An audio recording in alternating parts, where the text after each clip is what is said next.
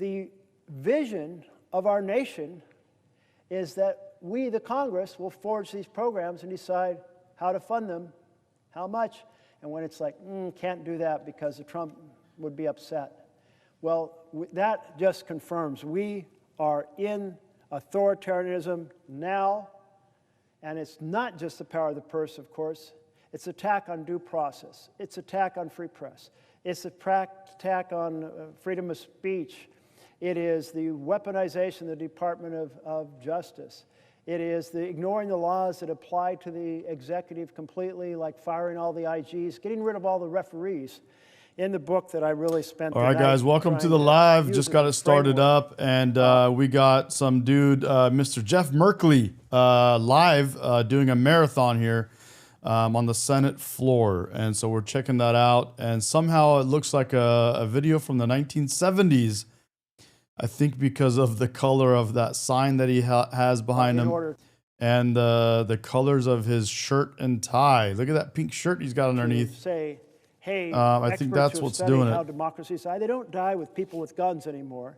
They die, people get elected, and then they follow the authoritarian playbook. Thank you, Margaret. Glad to have you. Undo the checks and balances and amplify the power. And another piece of that we should be very concerned about in the Northwest need to right pull now, up some more other Portland, pieces here. Who knows what happens in Seattle, is trying to carve a path in which Trump has court decisions that say he can put troops into the street whenever he wants. And that is a massively dangerous amplification of authoritarian power. And that's why what we do this year makes such a difference, that we have to protest and say this is not normal. We have to ring the alarm bells. We have to praise the 7 million people who got out there and said no kings in the United States. And that's such a beautiful short way of saying no authoritarianism. We want our republic back, and we're willing to fight to make that happen. And we want our voices to be heard. That's what you're doing, and I thank the Senator from Oregon for all he's been doing for so long, for so many years, but especially for the last 20-plus hours that you've been on the floor. Too many hours. 20 hours he's been on the floor. Holy cow. Of why this is so critical. I note that my colleague from Delaware is on the floor. Yes, I am. I would welcome a question if you have one. Will the senator from Oregon yield for a question? I will yield for a question. First, let me say thank you, Senator Merkley, for your tenacity, your energy, your compassion, and your love for this country. What's up, James? Really, that's what this is about. That's why you have been standing on this floor for over 20 hours. And I want to say thank you on behalf of the American people. And I want to say, Mr. President, we are now 21 days into this Republican shutdown. And the dude right here has been on the floor for 20 hours straight. This dude right here. And it looked like a video from the 70s for some reason. Dude's literally on the floor for 20 hours straight, going nuts, protesting Trump. Away independence and academic freedom. What's up, Lenny? What's up, Lenny? What's up, everyone else on Instagram? If you guys are on Instagram and you want to get more action in the chat, feel free to come over to YouTube. We're over here. We got the chat up and running. Dissenters off airwaves, but this is America. And Senator Merkley, you and I know here the people. This is America. Have the power, and the power of the people matters. Here the voices of our communities hold weight, and that's why I stand with you as you ring the alarms. The people are standing up, they're speaking out, and they're saying enough is enough. What does that look like? It looks like journalists from MSNBC to Fox News handing in their DOD press badges, choosing to stand up for their First Amendment rights rather than bowing to the whims of the Secretary of Defense. It means universities are refusing to play ball, declining the offer. It means Americans use their power of their purses to say, you will not silence someone like Jimmy Kimmel, and he was reinstated. But it doesn't stop there. It's an like unprecedented lie move that black by people are federal being told. judges appointed by That the world's against them. They have a chip on their shoulder. You are not getting everything you should be getting because of white privilege. And you are being targeted by the police and they want to kill you, and they only want to kill you because you're black. Those are some of the most pernicious lies. Is that what you experience on these campuses a lot too? Yeah, when I debate some of these, it's a perpetual victimhood that, they brought, one of his main arguments was, they put crack in the hood in the 80s. Okay, that sucks, I get it, but how does that affect, you're here at Penn State, you figured it out, right? Right. Well, let's ask this then. Yeah. Does he know who was the biggest crack dealer in New York City at one point in time? Rich Porter. It was Porter? Rich Porter? I know he was one of them. What was the guy, his Denzel Washington played him in the movie American Gangster? Frank Lucas. Frank Lucas. Yeah, with the blue heroin or something like that. Blue Magic. Yep, Blue Magic is what they called it. Yep. My man. Yeah, that was a great movie. Yeah, it was a great man. So So Devory's live right now with Myron Gaines. my point is that, okay, let's then, if we play that game, Frank Lucas is the guy who was, he took it to a whole nother level. What's up, Scorn? And George Goulon on Instagram. I don't know what you're talking about, but feel free to come over to YouTube and join the chat, bro. Yeah.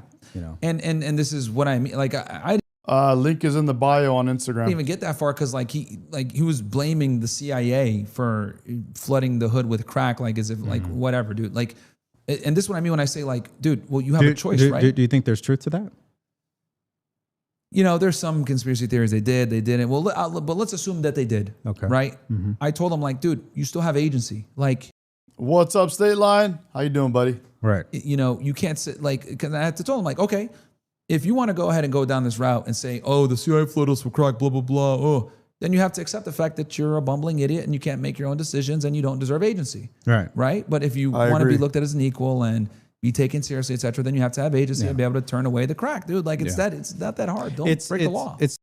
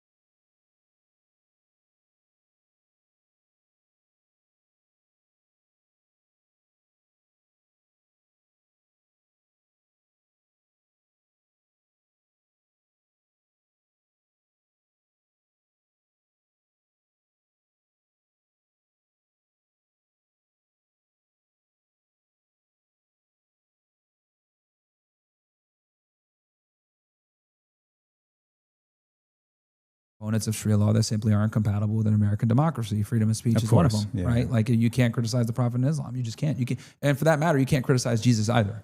Yeah. You can never say and they have, you'll get into quite a bit of trouble if you go to a Muslim country and insult Jesus. Like they will literally, they'll mess you up. So they have a great deal of respect for Jesus. Yeah. But yeah, I mean, it is what it is. I just don't think that Sharia is just not compatible with Western democracies. It just isn't. Yeah. Okay. So what is your parting message for everybody who watched today? Thank you guys for obviously tuning in. I think it's been a great conversation with Myron here. I love to get different people's perspectives, and I think yours has always been an interesting one. No, I appreciate that, man. I hope the guys enjoyed the interview. I saw that we were pretty much maintaining around 20,000 live the whole time, which is awesome between the different platforms. But no, thank you for giving me the platform, hearing me out. It's not often that I come on a podcast and they actually let me get to kind of explain my position on a lot of things and how I arrived at that conclusion. And no, man, thanks for having me. Really, absolutely. No, it was really good, guys. If you guys enjoyed this, please share this live stream today. I think you guys aren't going to have a problem finding Myron on social media, but do you want to tell them where they can find you? Yeah, Myron Gaines X everywhere. Yeah. Bombing and the killing has stopped to a degree, so it's not as bad as it was before. Something that's crazy. And then you have Democrats threatening to get NYPD involved in order to. Yeah. So why don't we do this? Let's first start where we did last time. Sure. With that, my number one question for anybody who comes to my studio, it's going to be the same thing, which is, what do you think is the one thing people misunderstand about who Myron Gaines really is? Yeah, and thank you for affording me the opportunity to kind of explain this, right? Because a lot of interviewers are trying to more get a gotcha moment or whatever versus kind of understanding my perspective.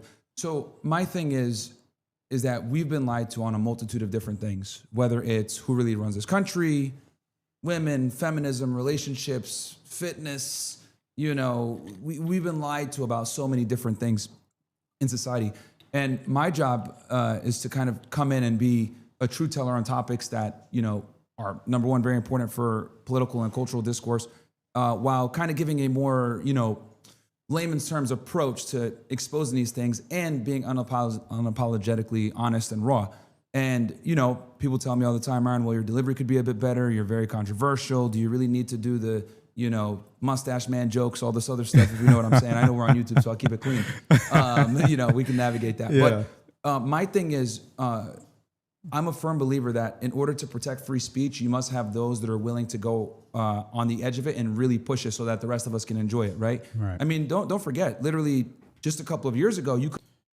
Guys, this is really cool. I've been watching Devory, and I'm assuming you guys know who he is. I've been watching him for a while, but he finally, not finally, but he's moved his way up to the point where he's got Myron Gaines on his channel. That's pretty cool, man.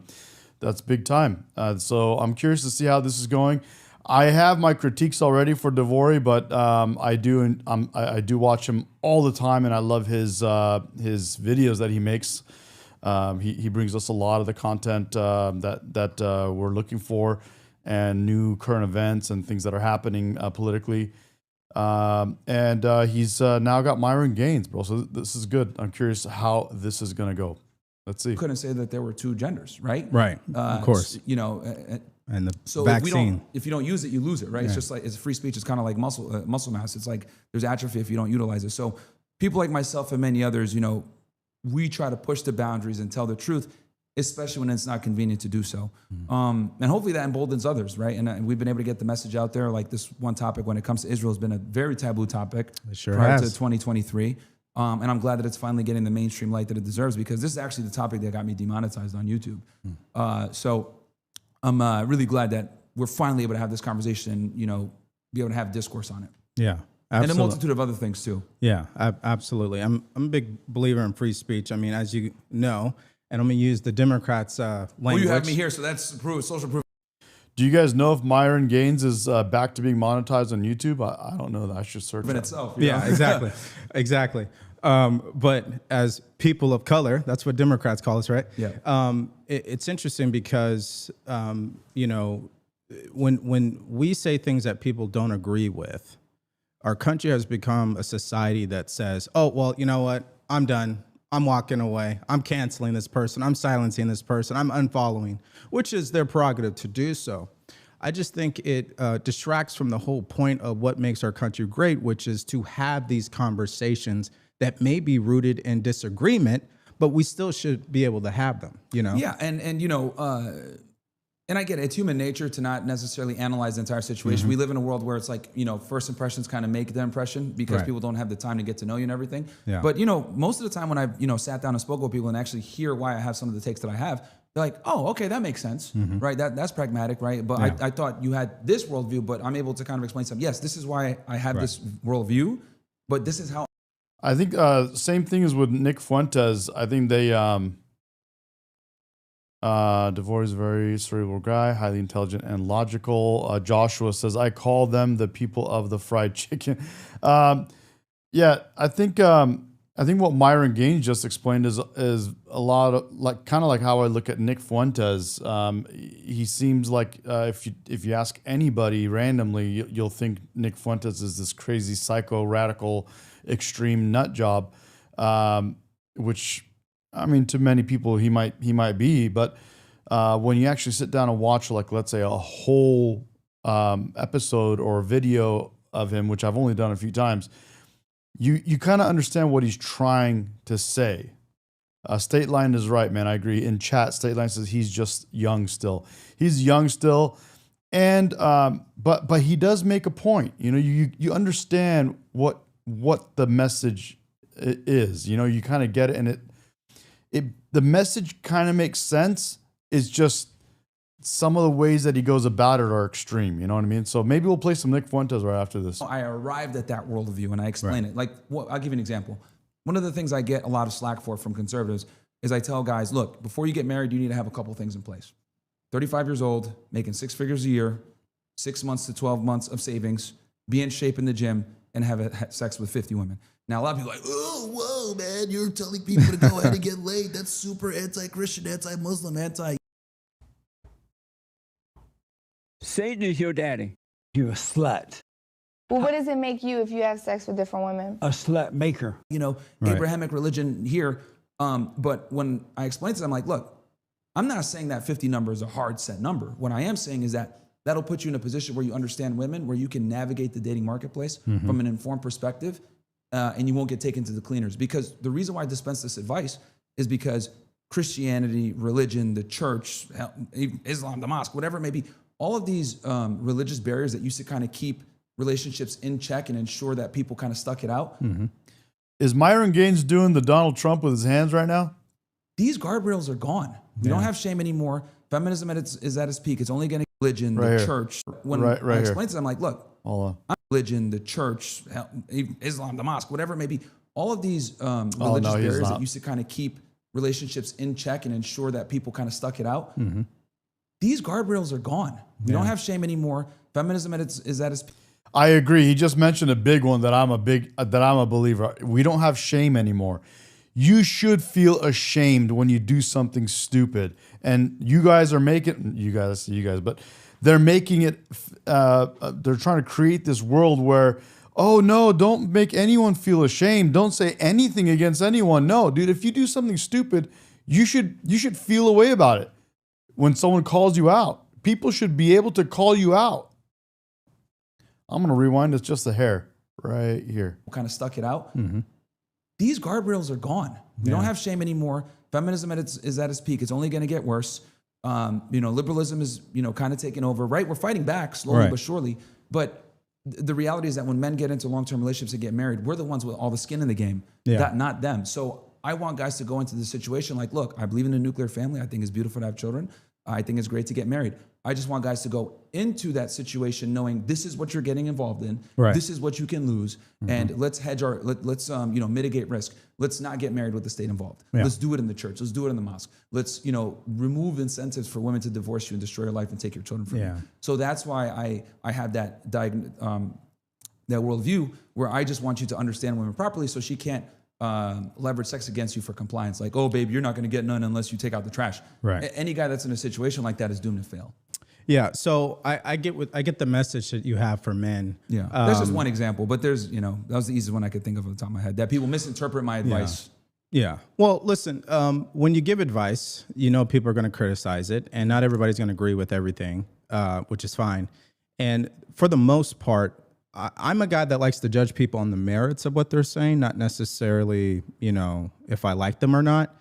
And I think that's also something that lacks in our country is critical thinking skills. Yes. Is, can I listen to someone who may have strong opinions, and can I take what I need and leave the rest that I don't agree with? Stuff like that. But more importantly, before we get to this shocking update from Democrats, because I'm not too sure everybody knows this, but Myron here used to actually work in HSI, right? Yeah. So why don't you tell people what that is? Sure. Yeah, I can explain it because DHS does a horrible job of marketing themselves. So I used to work for an agency called Homeland Security Investigations. And to kind of really make this make sense, so we'll start from the top. So you got Department of Homeland Security, which, Christy Noem is the head of right now. Mm-hmm. Then underneath that, you have ICE, or Immigration Customs Enforcement. And this is where things get confusing. So from ICE, it splits off into two different agencies. Splits off on one side to enforcement removal operations, and then to the other side, HSI, or Homeland Security Investigations. On the ERO side, these are the guys that are the deportation officers. They're actually taking these illegal aliens and deporting them physically. They're the ones bringing them in front of immigration judges, et cetera. Because in the immigration world, there's an entire different legislative system that deals with immigration law, or the INA. And then on the HSI side, these guys do the criminal investigations. These are the guys like myself where, you're investigating drug trafficking, you're investigating human trafficking, you're investigating terrorism, you're investigating gun running and all the other things of smuggling goods in and out. You're also enforcing immigration, people that are smuggling illegal aliens, people that are doing document benefit fraud, all of these different things. So ERO deals with the immigration side only, typically from a administrative standpoint. Yeah. And then HSI deals with it from a criminal standpoint, and also branches into other violations, because ICE used to be INS, Immigration Naturalization Service, and U.S. Customs Service. And what happened after 9/11 and the Department of Homeland Security Act, Bush combined them into one, and then that's how we got ICE. And then both authorities were absolved. But what this does, though, and a lot of people don't know this, HSI actually has almost more, I think they enforce more statutes than even the FBI. Because when you have both immigration and customs, you have an enormous amount of authority. And they can basically investigate anything. And that's what I did. For several years. You were stationed where? You said you worked at the bottom of Texas, right? I started my career actually 3 hours from here, Laredo, Texas. Wow. And I remember, Austin always has a special place in my heart, because I remember a guy I had been looking at got arrested in Travis County, and I drove all the way from Laredo to pick him up, and he had been a guy that was a part of a big conspiracy case I did. Wow. What's known as an OCF case, or Organized Crime Drug Enforcement Task Force investigation, approved by the DOJ. So they picked him up in Travis County, and I was excited because this was a guy that was a little higher up in the totem pole. But yeah, I started my career here in Laredo, and then my two critiques for Devory, being that I do, some production stuff, obviously with what I'm doing with you guys, and a little bit about what you guys know about me. He needs more acoustic paneling or sound deadening in the studio for sure.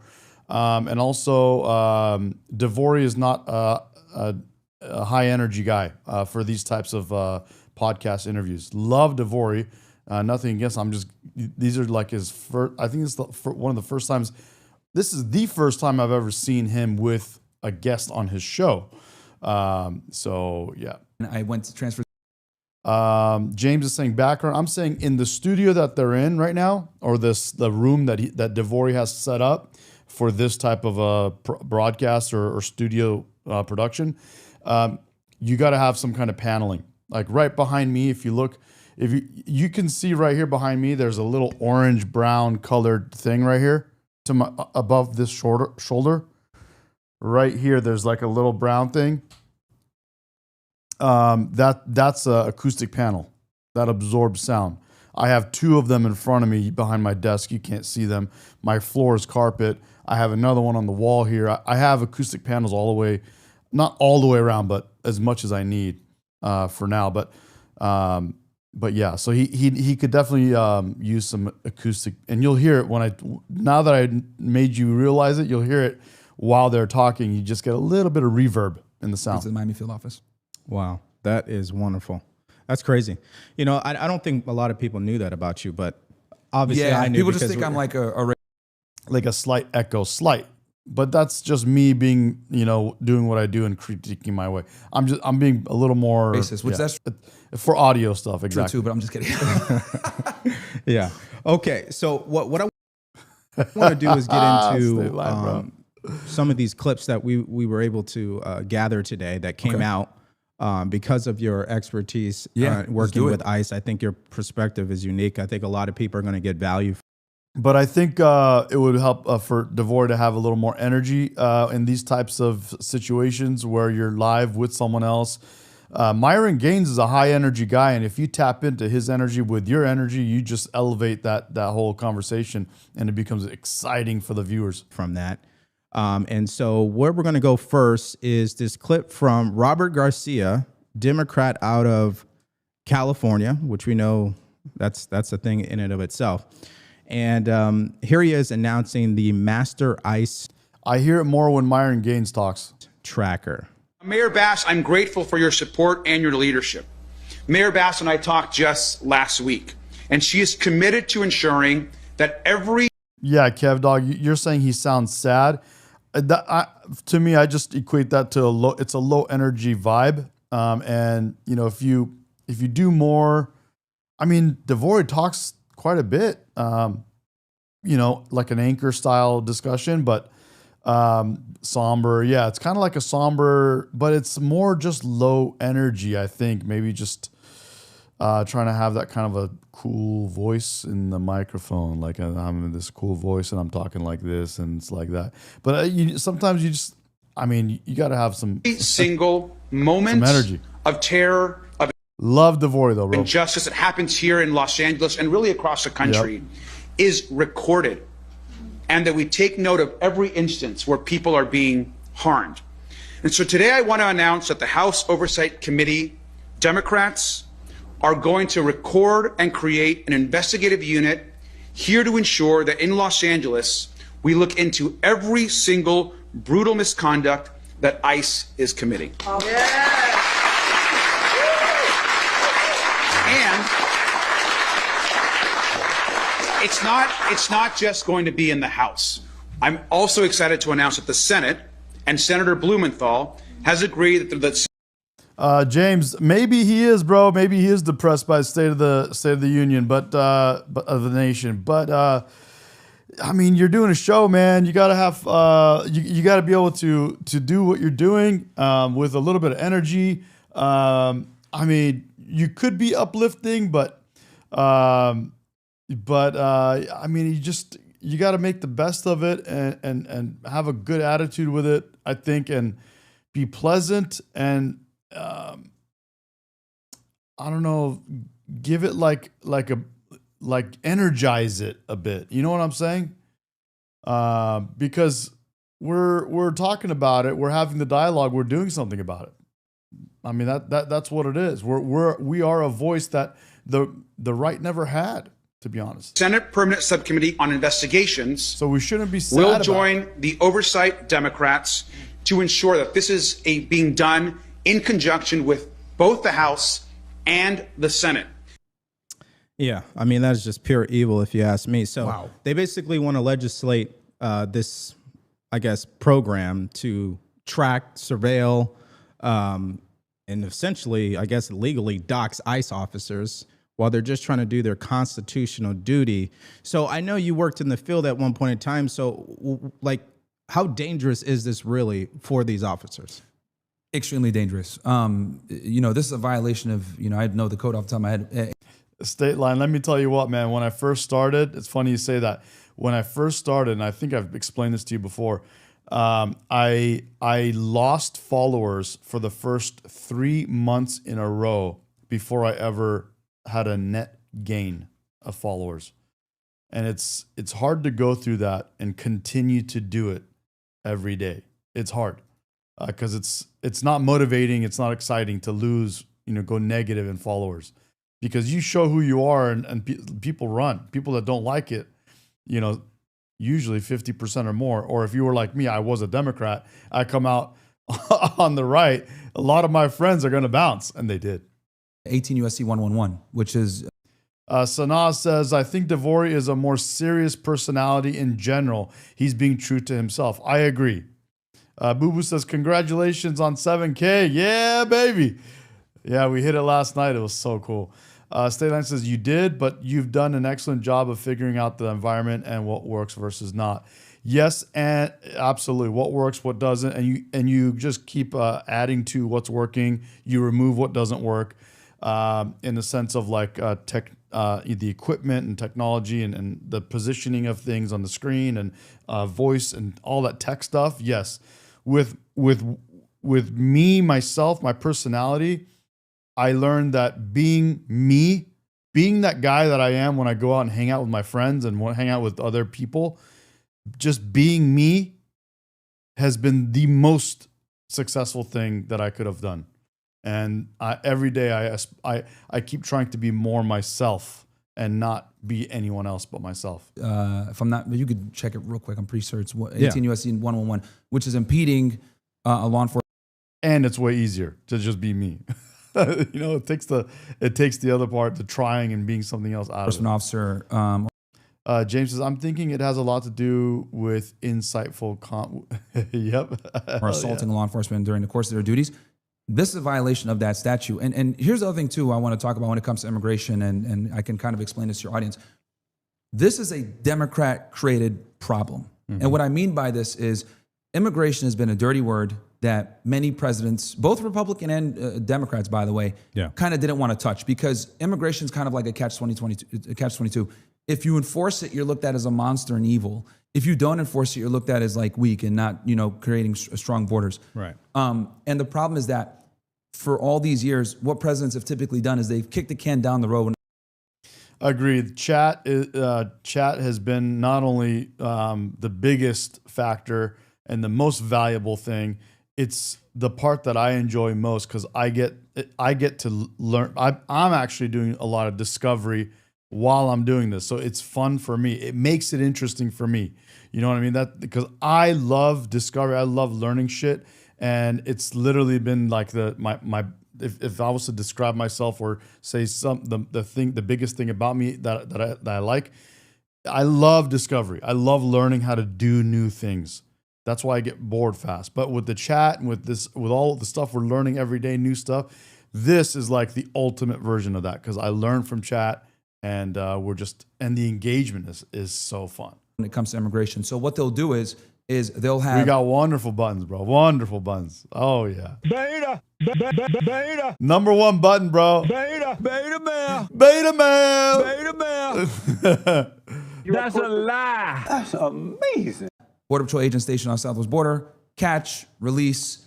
Sometimes they NTA them. Sometimes they give them an expedited removal and remove them from the country, which is the most ideal.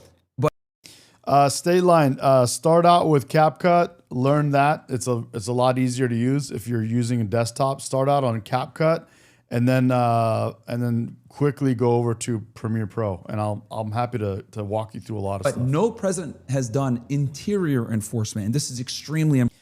The video I just posted 4 days ago is about to hit 1 million views. Look at this. Look at this. I made this clip literally 4 days ago. So I'm at 72.9. I'm almost 73K on Instagram.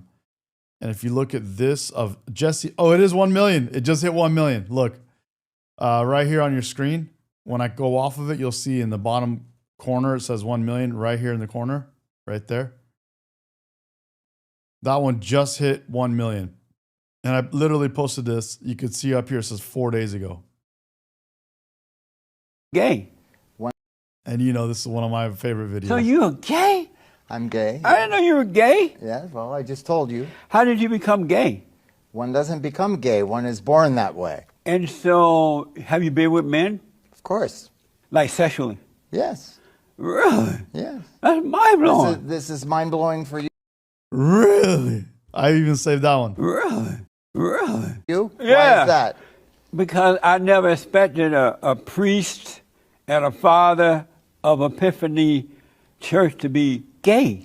That you sounds like you're coming from the assumption. What's look gay mean? Switchy and soft looking. Really? That's what you call stereotyping. Oh, but that's called. That's like if I were to say to you, Well, you're black. Where's your fried chicken? I was at the house, and I can't wait to get home to eat it. So you a gay? I'm gay. I didn't know you were gay. That's another one of the buttons. So you a gay? So you a gay? So you a gay? So you a gay? I didn't know you were gay. How did you become gay? How did you become gay? Oh, man. Important because what Donald Trump basically What's did, up, and I commend him Tamara? for this, right? What's up, I've been Chris? critical of Trump in the past, but I actually do think what he's doing when it comes to immigration is fantastic. For sure, man. State line, let me know if you need help with any of those. I'm always down. And I don't think the American people appreciate it, might not understand it or appreciate it enough. I've done a couple live streams. They're on my YouTube channel where I walk people through how to edit videos. Of course, it's slightly more advanced. It's not from the beginning, ground up, but I'm down to walk you through any of that stuff. Because they might not understand how immigration works. So let me kind of quickly go through this. So when people come through the border, right, and they're apprehended, what ends up happening is they get something called an ER or an NTA. When Trump was in office the first term, they were getting the ER, expedited removal. The reason why this is good is because within 2 weeks, that illegal aliens get deported right back to Mexico. They're not necessarily taking bed space like that. They're getting removed within a couple of days. And that obviously saves the taxpayer quite a bit of money because it costs a lot of money to house these guys, especially in ICE facilities. When Biden came in, he kind of did away with that. And what he started doing was giving these guys notice to appears. And a notice to appear is exactly what it sounds like in a regular thing where you get a notice to appear. But in the immigration court, it's a bit different because now you got an alien without status and they're allowed to come into the country and they're kind of in limbo. State line, I think they're all good. There's nothing majorly new that is like groundbreaking that you couldn't make any short clips out of or with. But I don't know exactly. I use the monthly subscription version of the Creative Suite. Well, Right. Just Right. waiting for a court date. But the problem with that is that the immigration court system is backed by like 5, 6, 7 years. And then what ends up happening with these people is they don't really have real documentation. They say they're going to one address, they move, they leave, they go in the wind. So by the time they're served, hey, you need to show up for immigration court, they're nowhere to be found. Yeah. Now, this happens all the time. And what happens is a lot of these aliens flee to these sanctuary cities.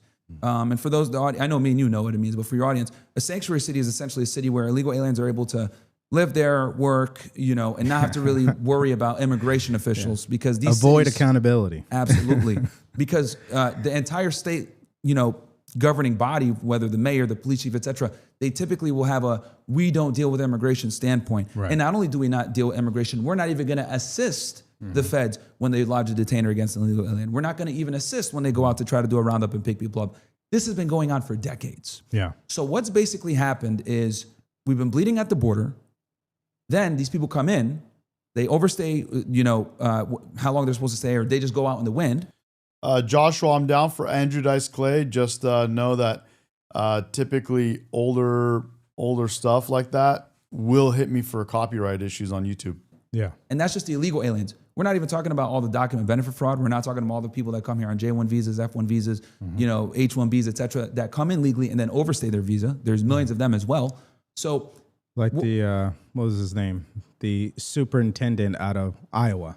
yeah, and that's how crazy. They arrested a cop also that didn't have status. So this is how comfortable people have gotten with coming here, whether legally or illegally, overstaying, not having status to be able to be here. Right. So what Trump is doing, where he's doing interior enforcement, this is unprecedented. I've never seen a president have the balls to actually go into these sanctuary cities, go into these major U.S. cities, and actually pick up people that have been here for years. Now, some people will say, oh, well, this is messed up. They've been here for 10, 20 years, 30 years.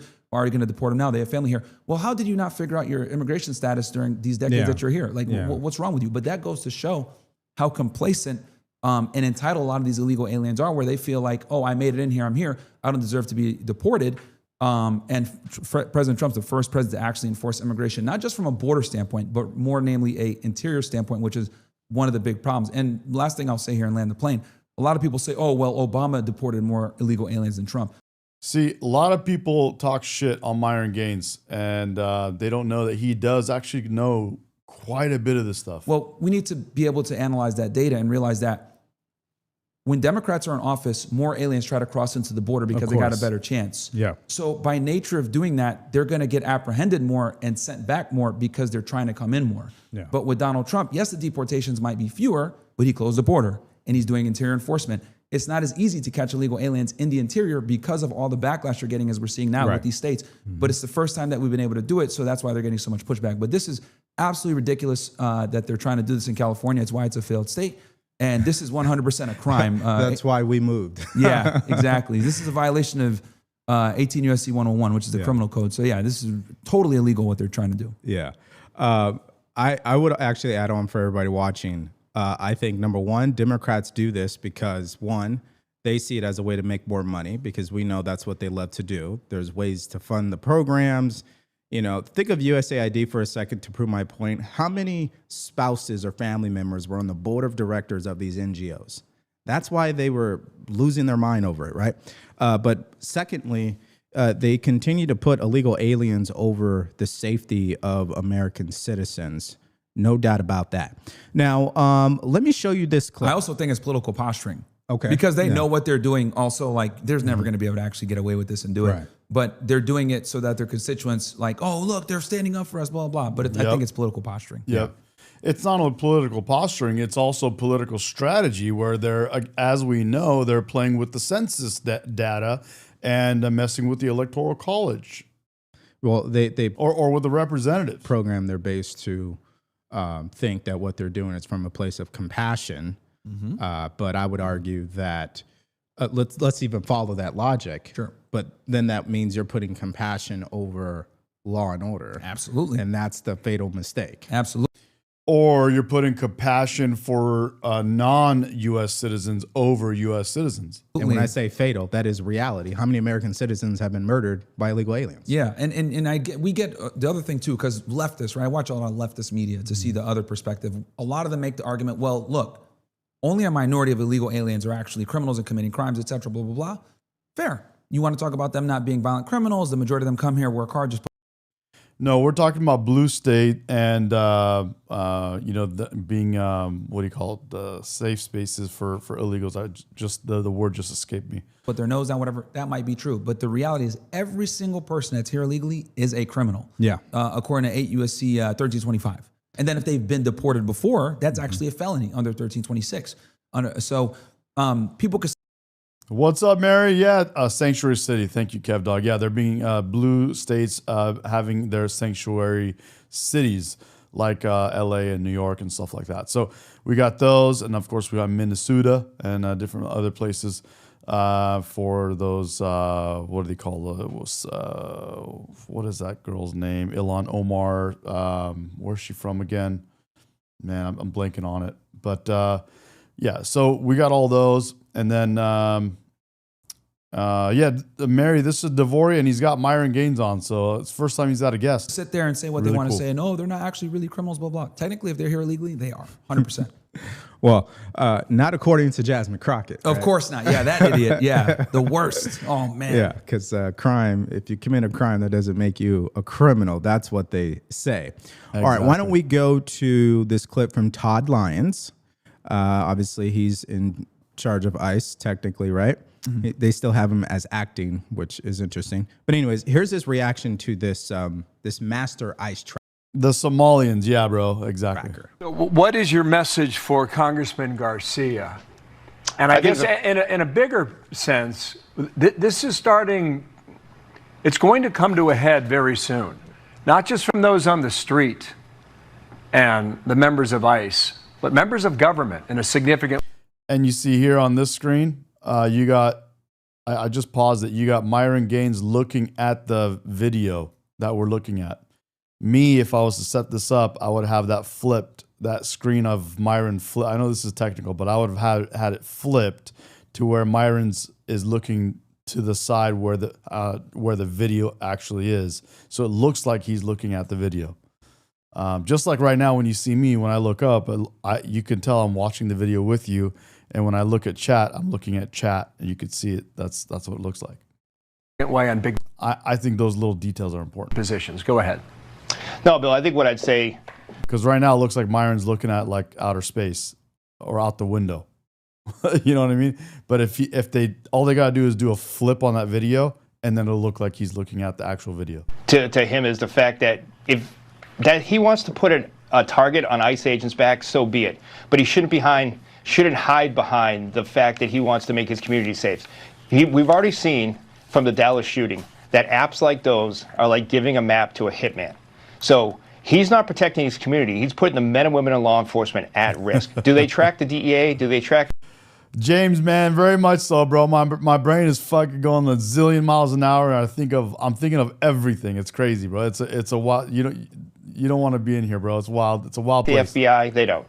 So I really wish elected officials would talk to us and see exactly who we're arresting, see the criminal history, see the public safety stats we're throwing out.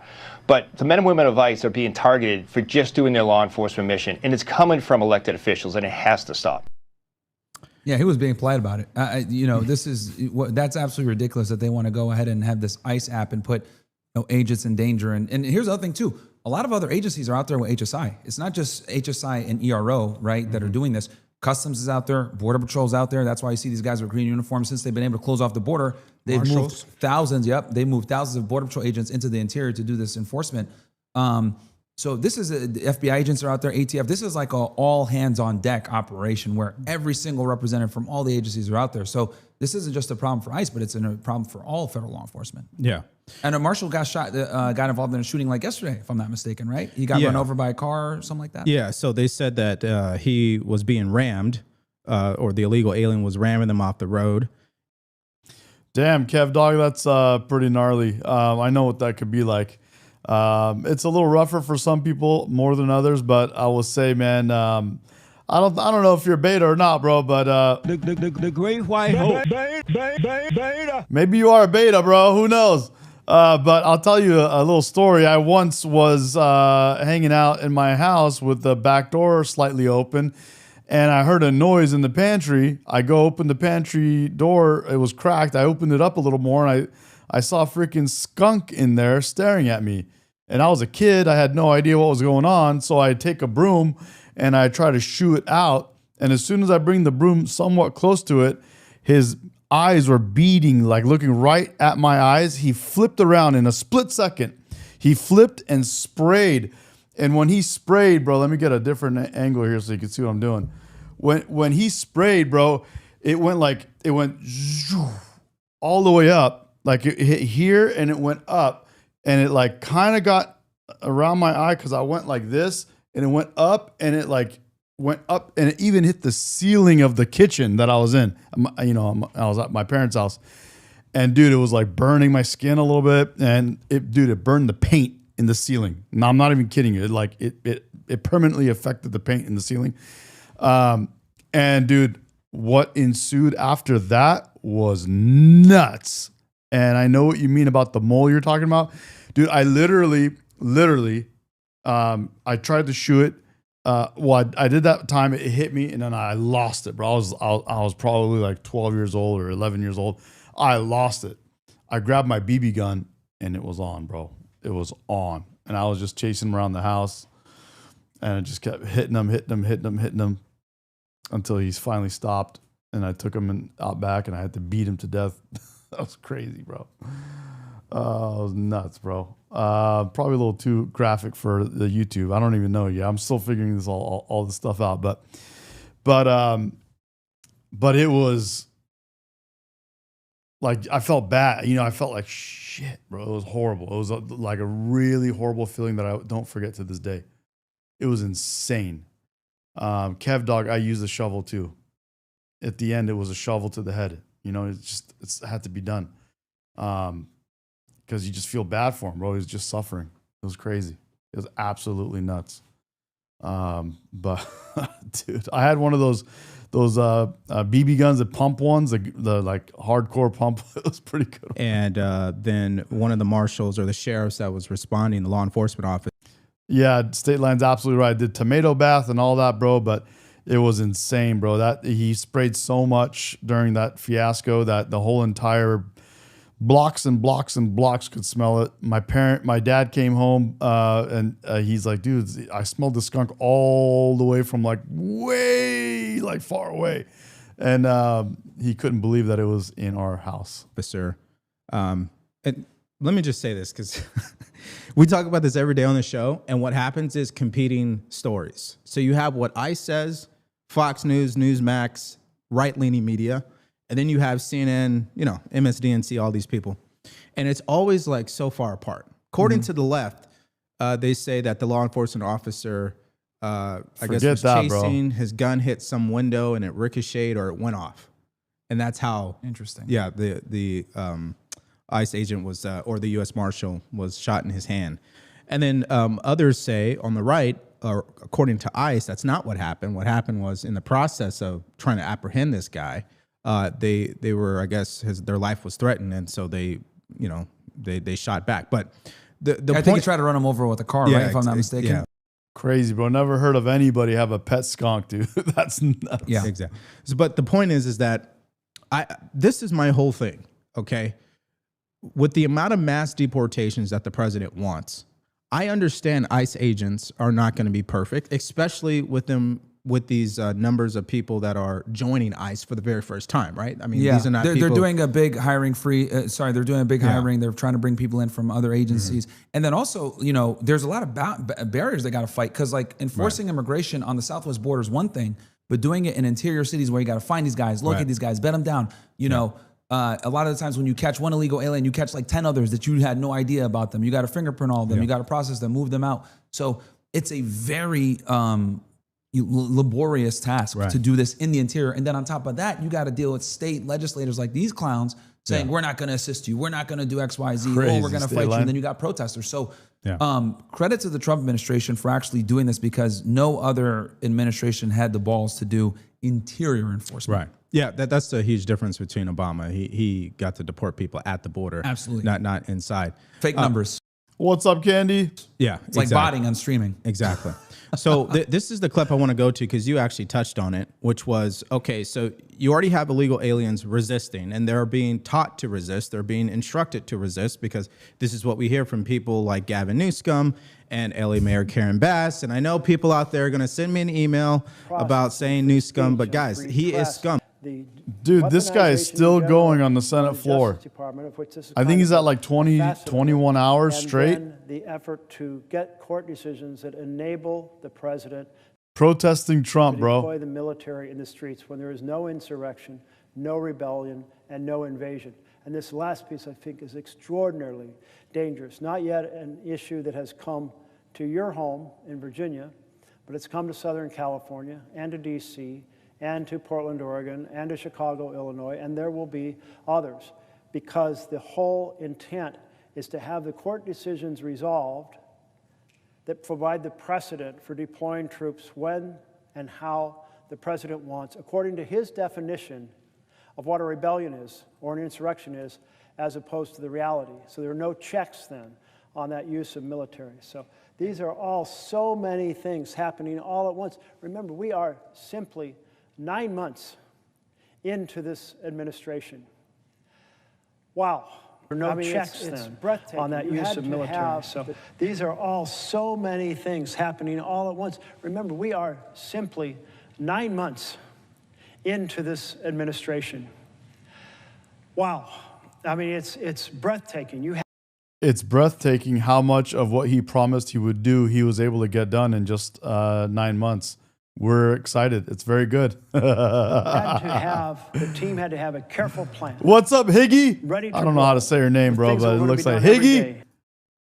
What's up, Higgy Smalls?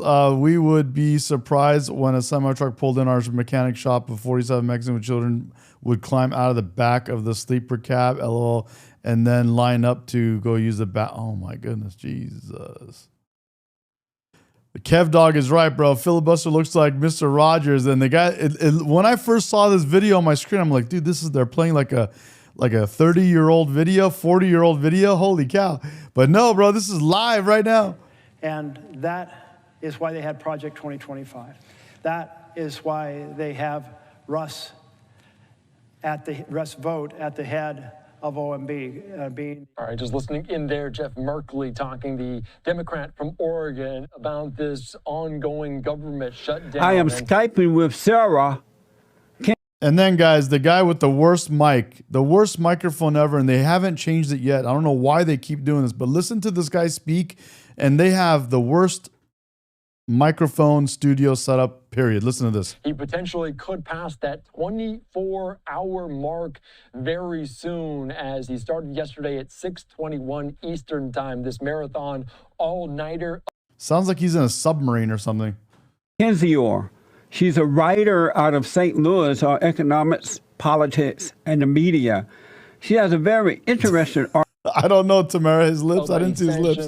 We heard different questions from yeah. Democratic colleagues there in the Senate. It's like the top one got cut off short. Now from Fox is soon enough, Secretary General of NATO, Mark Rutte, will be at the White House to meet with President Trump. That coming up in about 20 minutes. What's up, CSC Labs? Concentrate says, what's good, Medi? Just, Jesus, dude just bought his mic from Alibaba. Yeah, bro. He bought his mic from Alibaba and decided to go down into the ocean and do his have his studio set up in a submarine, bro. What the hell's going on? Minutes or so, but we're also keeping our eye on the stock market. A lot of red today. It dipped down more. article published in the Globe and Mail. The Trump ship may finally be sinking. Sarah, good morning. Welcome to the show. Hi, thanks for having me. I appreciate you coming on. Have you ever been and are you a supporter of President Trump?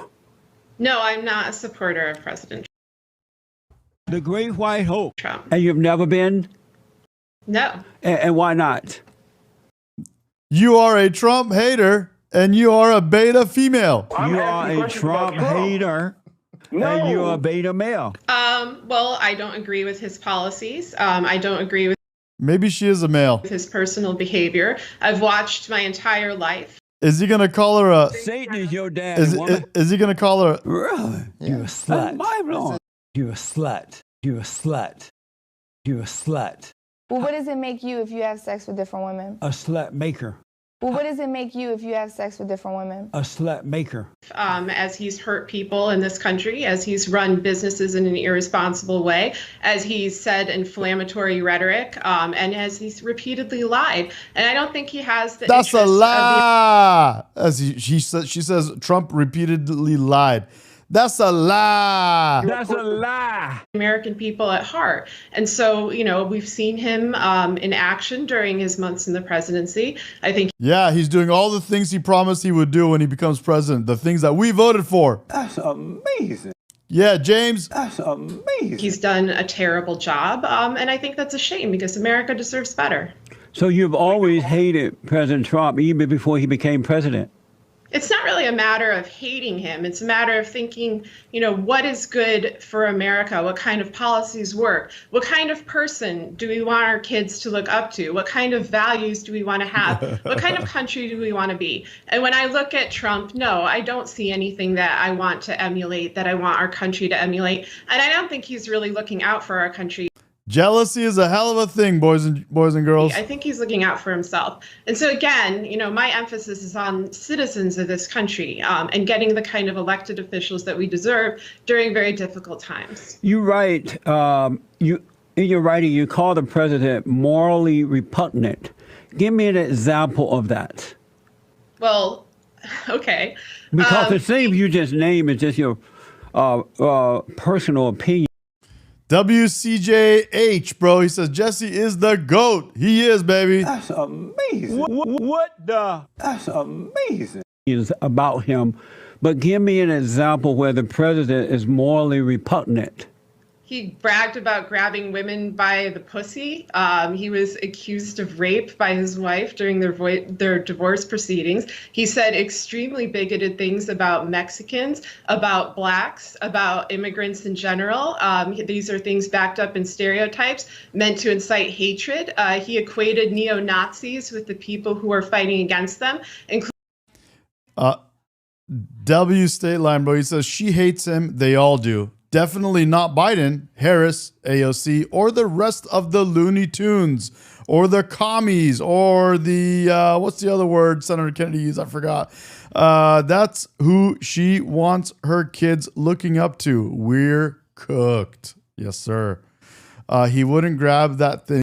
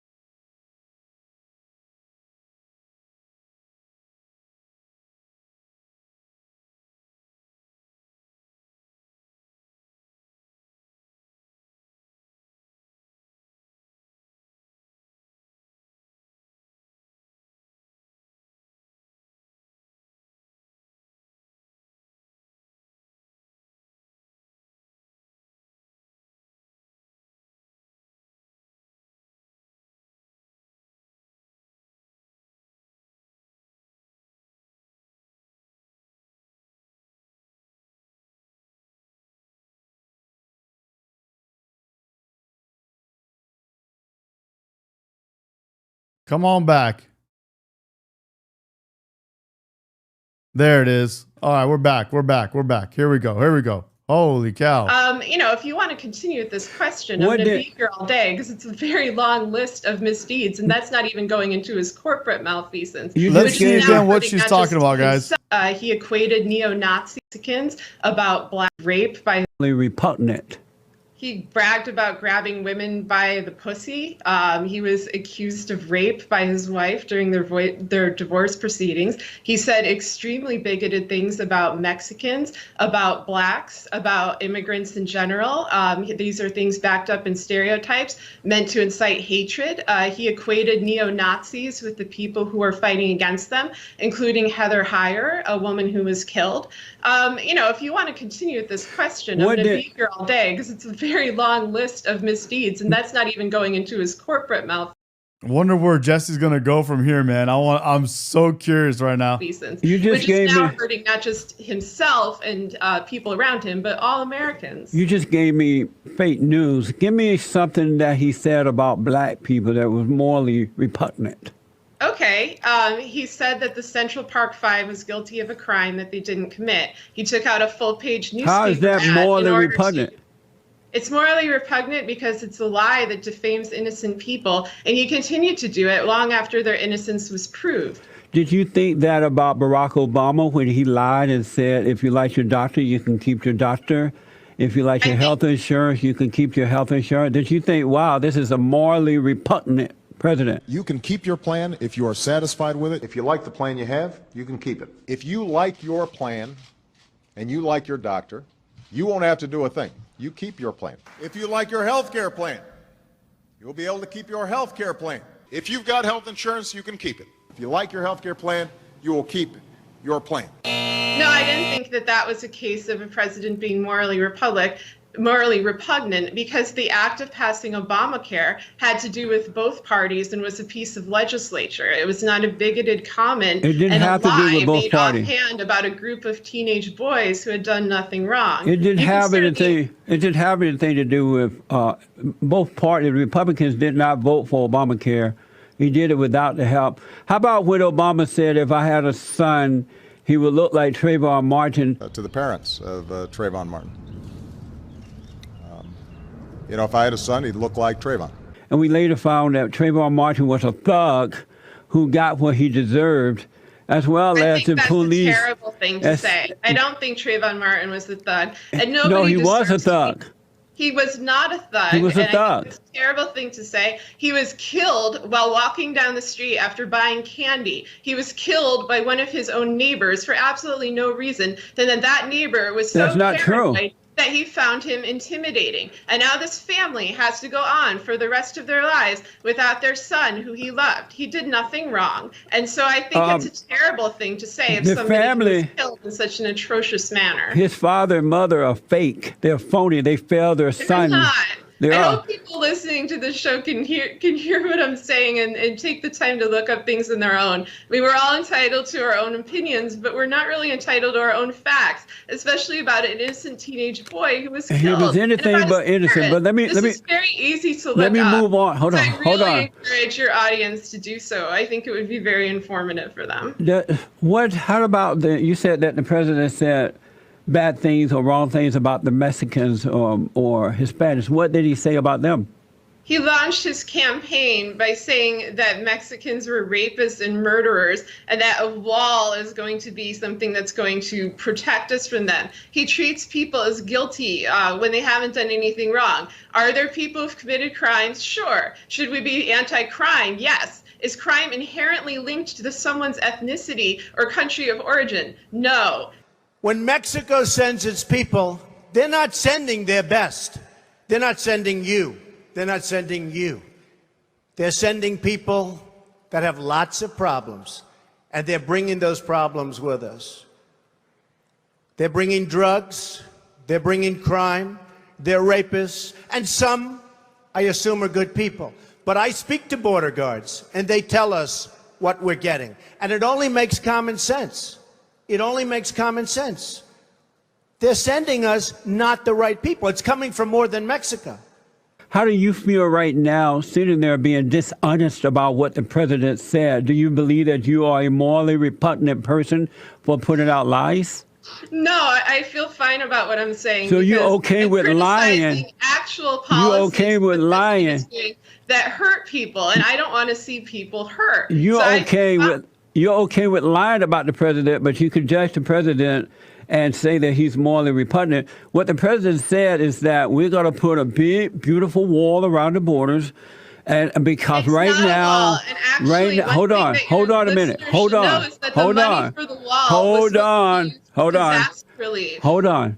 He said that we have murders, rapists, and God knows what else coming across the borders. He didn't call, and he said we have some good folks coming. He didn't say Mexicans were like that. He was literally called them bad hombres. He was referring to the illegal aliens coming across the borders. Does it bother you at all that illegals coming across the borders are affected?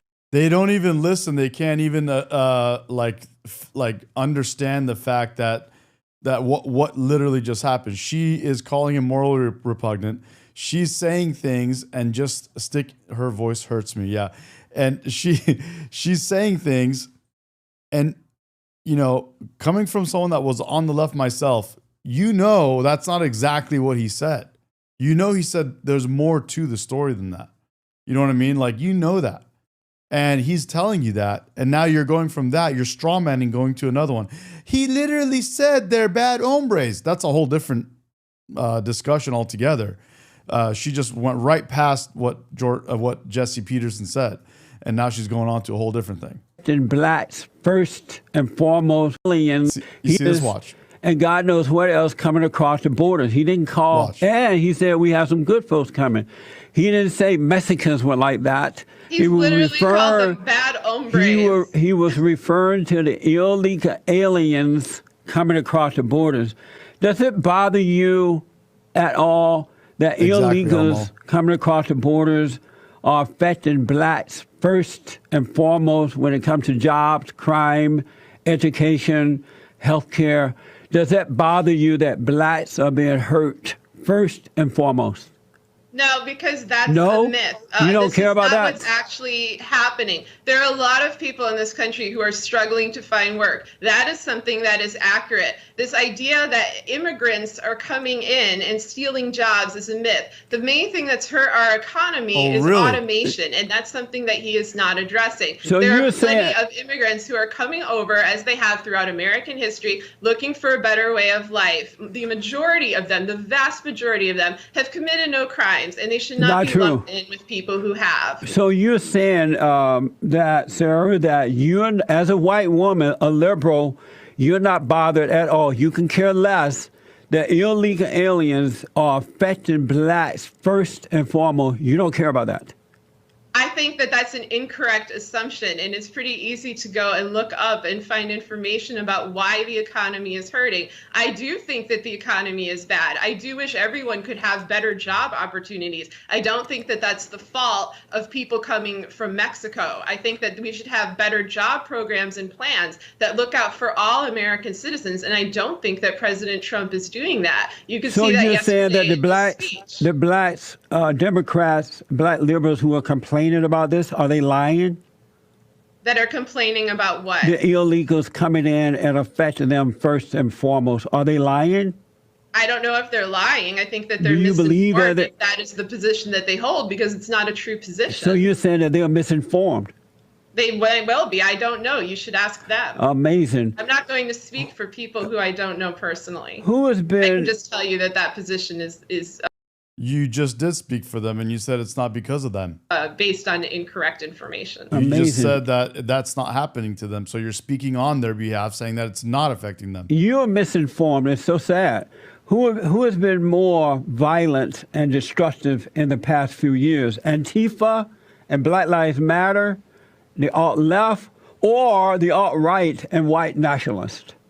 I'm going to go with white nationalists on that one. I'm going to go with the people who plowed a car into a crowd of that were protesting Nazis and killed an innocent woman. Of course, white nationalists and white supremacists are more violent. There are statistics backing this up. There's been an enormous amount of growth of these kind of groups over the last 10 years, which has been documented. Trump.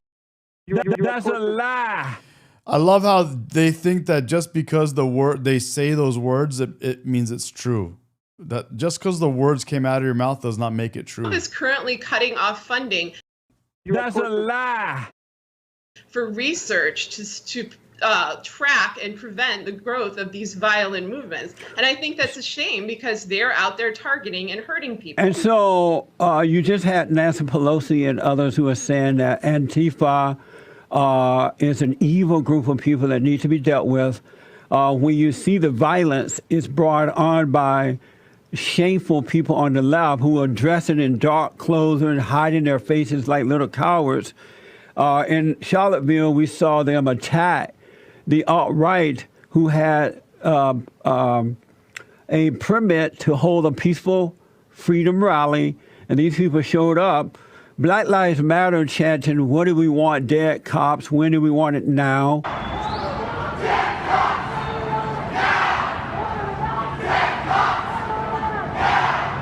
Pigs in the blanket, fry 'em like bacon. Bacon, pigs in the blanket, fry like bacon, pigs in the blanket, fry like bacon. And so you're sitting there saying it's the alt-right when it's really the alt-left. So it's just that you're not really chanting the Jews would not replace you're not us. really an honest person. Murdered somebody in that rally, and who were out there with torches, and who were surrounded by peaceful people, by people who don't want the rise of neo-Nazis and the KKK in this country, who are tired of these extremist groups being pulled from the fringes to the mainstream and threatening people. Of course, we should be standing against that. That's basic moral action, and it's also an action of civil rights and protecting people from harm. That's what we should be about as a country. Sarah, which is it? You're just poorly informed or wicked to the core? I'm totally. Satan is your daddy, woman. Satan is your daddy, woman. Satan is your daddy, woman. Totally informed. I assure you, I'm not wicked to the core. Hold on, let me take a break. So, where's Sarah? No answer. No answer? Right. Did she run? Yeah. Article. She's coming back. Hey. Question coming up for her, but I had to go to break. I'm glad you didn't. No, I don't run, but I do correct myths and misinformation. So unfortunately, sir, you're going to get more of that if you keep me on the air. Oh, that's fine. I really love it. Up to you. Couple things. You write that you said that Steve Bannon is known for white supremacist rhetoric. Give me an example. And I know Steve, he's a good man, and I've not known him to be, quote unquote, a white supremacist. Have you ever read Breitbart? Yes. There are a large number of examples one can find simply by looking through Breitbart. And give me one of Steve. Give me one really fast. Of Breitbart's headlines? No, of Steve. Yeah, give me an example of Steve. Steve Bannon is someone who ran Breitbart, who ran Trump's campaign, who sat and approved of extremely But that doesn't make him a white. Racist that doesn't make him a white supremacist. You're not giving me an example.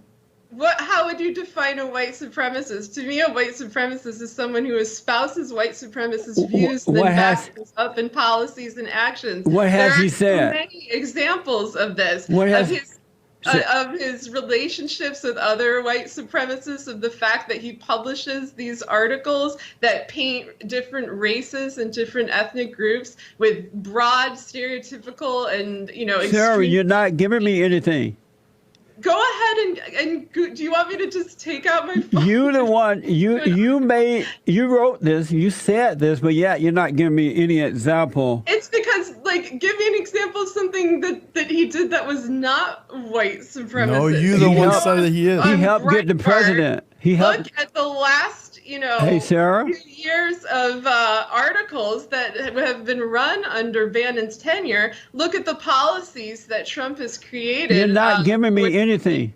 He was his chief advisor. He was working and that's side a by good side thing. with Trump. He was That's a running good Trump's thing. campaign. That's a which good is thing. full. I've given you Exactly, examples. Elmo. Sarah, let me do this. Hold on, because of time. Hold on. Do you agree with me that there's no such thing as racism, that it has never existed? It's a lie that's been made up by godless liberals, and that I that do Black not agree with Americans. that. Black No, Americans are suffering. I do not agree with that. Hold I on, think Sarah. Sarah, hold on. racism is real. Hold on. That's Hold on. why we've had laws Hold passed on. in order Black to prevent Americans are being suffering. harmed by racist discriminatory policies. Sarah, Black Americans are suffering due to the destruction of the family and the lack of moral character. It has nothing to do with color. Do you agree? And so racism has never existed, and blacks are being used by far left liberal radicals such as yourself and the Democratic Party, the media, in order to destroy this country, turn it into a socialist That's society. a really disrespectful thing to say to people who have suffered from racist and discriminatory No, they're policies not. throughout American history. They have not. This is a structural problem, and we've seen these laws in play. Not true. And I think that's a pretty cruel thing to say. It's the truth. You know, the president said no transgenders in the military. Isn't that a wise decision? No, it's a really bad decision, which is why Mattis, who actually is a general and has military experience, unlike Trump, has overruled it and wants to continue to let these folks serve. Who would you want to be in a foxhole with, a man or a woman who is confused about who they are? They're born male. They were born female. Anyone who's willing to fight and sacrifice for our country is somebody worthy of admiration. They were and born. their sexual orientation or identity has nothing to do with their moral It's insane. character. It's insane. But let me ask. No, do you it's not insane, and that's really disrespectful to our troops. No, it's totally insane. Since Trump and his administration have been disrespectful of our military the whole time. Everything from going No, out you're to disrespectful. to his or Han, to saying he was great. You're disrespectful for wanting to have people that are confused fight side by side with our fellow people in the military, bro. You're confused. You're delusional. For a Purple Heart because he doesn't know what a Purple Heart is, to slashing the budget for veterans. Those are all things that are really disrespectful to our military and our troops, and that personally harm them. So this is just one more part of that, and it's a shame. I think Sarah, hold on, Sarah. It's a shame that you want to have people that are confused about their identity fight in a war side by side with our fellow Americans. for our country. Hold on. That's a shame. Isn't it insane to call wrong right and right wrong? You are pretending that everything that's wrong is right. What happened to you that you lost your way? I have had my way. I'm quite sure What of happened? my way. Were you raised by your father and mother? Everything I'm saying is accurate, and I know that we have different audiences, which Sarah. is why I'm willing to talk to you in the hopes that maybe people will go and think for themselves Sarah. and look up information and come to their own conclusions on these matters instead Sarah. of just Sarah. accepting falsehoods Sarah. as truth. I Sarah. think that would be a really great thing if that were to happen. Sarah, were you raised by your father and mother? Yes, I was, but that's irrelevant. And do you respect men? Do you respect men? Satan is your daddy, woman. Satan is your daddy, woman. A primitive man is a weak man because he's a woman. You are a Trump. Satan is your daddy. You are a Trump hater and you are a beta male. Trump hater. And you are a beta male. You are a Trump hater. And you are a beta male. I respect people who show How about men? high moral character and don't peddle lies and disinformation to the American public. Do you respect men? Sure, yeah, I You do. respect men, but I judge people as individuals. Amazing. Well, I want you to know that. What's up, Ange? That President Trump is the greatest president that this country has ever experienced. Barack Obama, the great white hope. Obama, the worst. I'm so And sorry. in spite of you guys' hatred for him, he will make America He's great not again. going to make America And so great. your Sorry, article, I have to inform your your article audience. said that It's Trump. Very nice to talk to you. Have a Your great article day. said that Trump is. She's gone again. Your article said Trump ship may finally be sinking. Wishful thinking. Sarah Kendzior hung up on me. You know, right there, she just ran But she hung in there so she can't get the chicken song because she didn't call back and hung in there as long as she could. So we were about to end it. Elmo says he was thinking for the T-shirt Alpha, Omega, Beta. Alpha above Trump and Omega above middle and Beta over Biden. Alpha, Omega, Beta. So she doesn't qualify. It makes sense, but I think I need something that's going to be catchy, bro. That's going to take off. For I don't know. The chicken song. All right. She did not. Dang, dude. I have with me Adam Mockler. He is a political commentator and the host of Adam Mockler Show on the yeah, it needs to slap, bro. It needs to slap hard. Midas Touch Network. Adam, good morning. Welcome to the show. Good morning. Thanks for having me, Jesse. It's pretty early, huh? It's mighty early. Yeah, 6 a.m. Thanks for having me, though. Are you accustomed to getting up this early? Sometimes, yeah. Oh, wait, we have a problem with the mic. I'm not hearing him. Okay.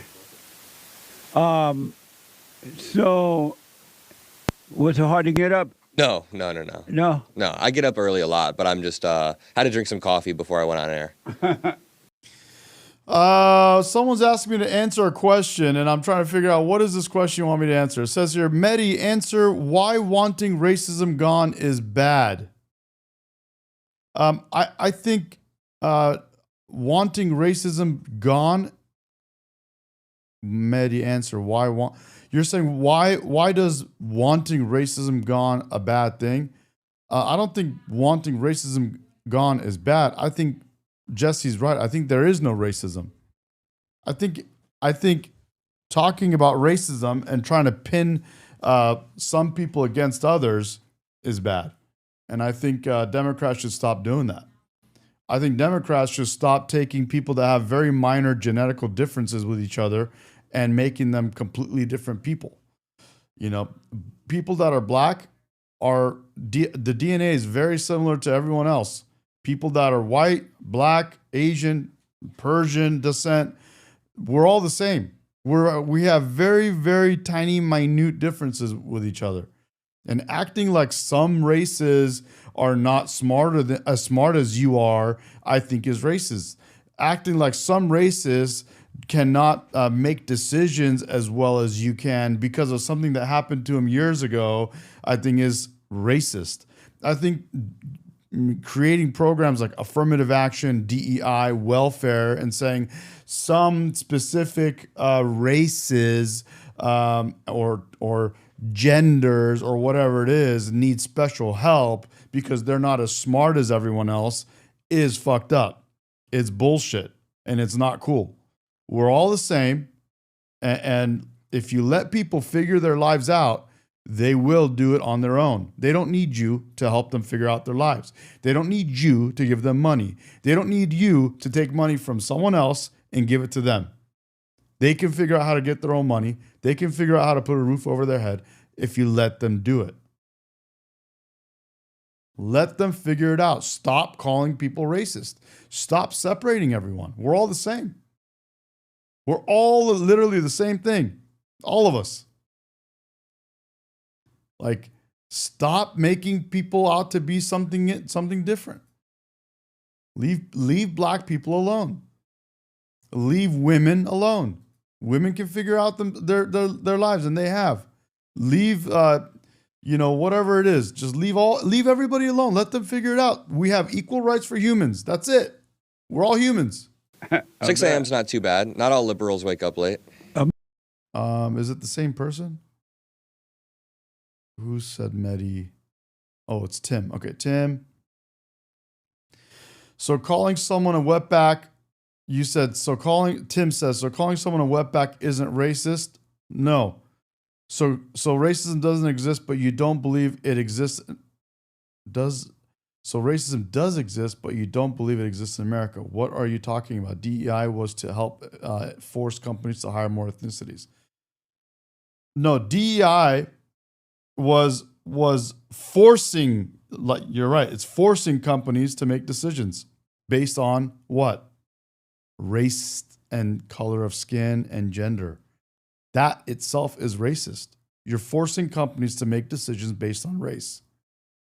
That's not cool. You calling someone some name is not racist. Me calling someone fat is not racist. Me calling someone something about that I think has to do with their race. Let's just say you said wetback. It's not. It's you have preference. You have people that you like, people that you don't like, and that's what it is. People want to take it and take it as something about a race. They can do that.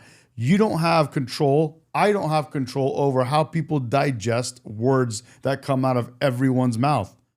It is what it is. And Elmo's, I think, is the one that said this the other day. He said, what was it that he said? He said, offense is not given, it's taken. Did I say that right, Elmo? Elmo said this a couple days ago or almost a week ago. He said, offense is not given, it's taken.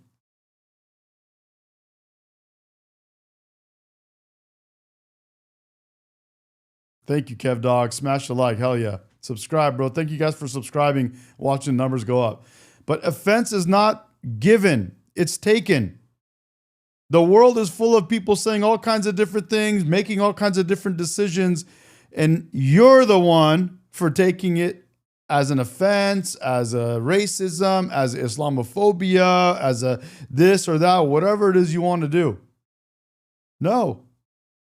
Calling people wetneck, redneck, this, that, the N-word. I've been called the N-word because of my parents' because of where my parents are from. It is what it is. It's going to happen. Stop trying to police the world, man. Let the world figure it out. People are able to handle life. That's what it is. And the more you try to protect people, the harder you make life for people. And Jordan Peterson said it best. Here, I'll play it for you right now. You want to hear it? Here. You're talking about protecting people so they don't get their feelings hurt.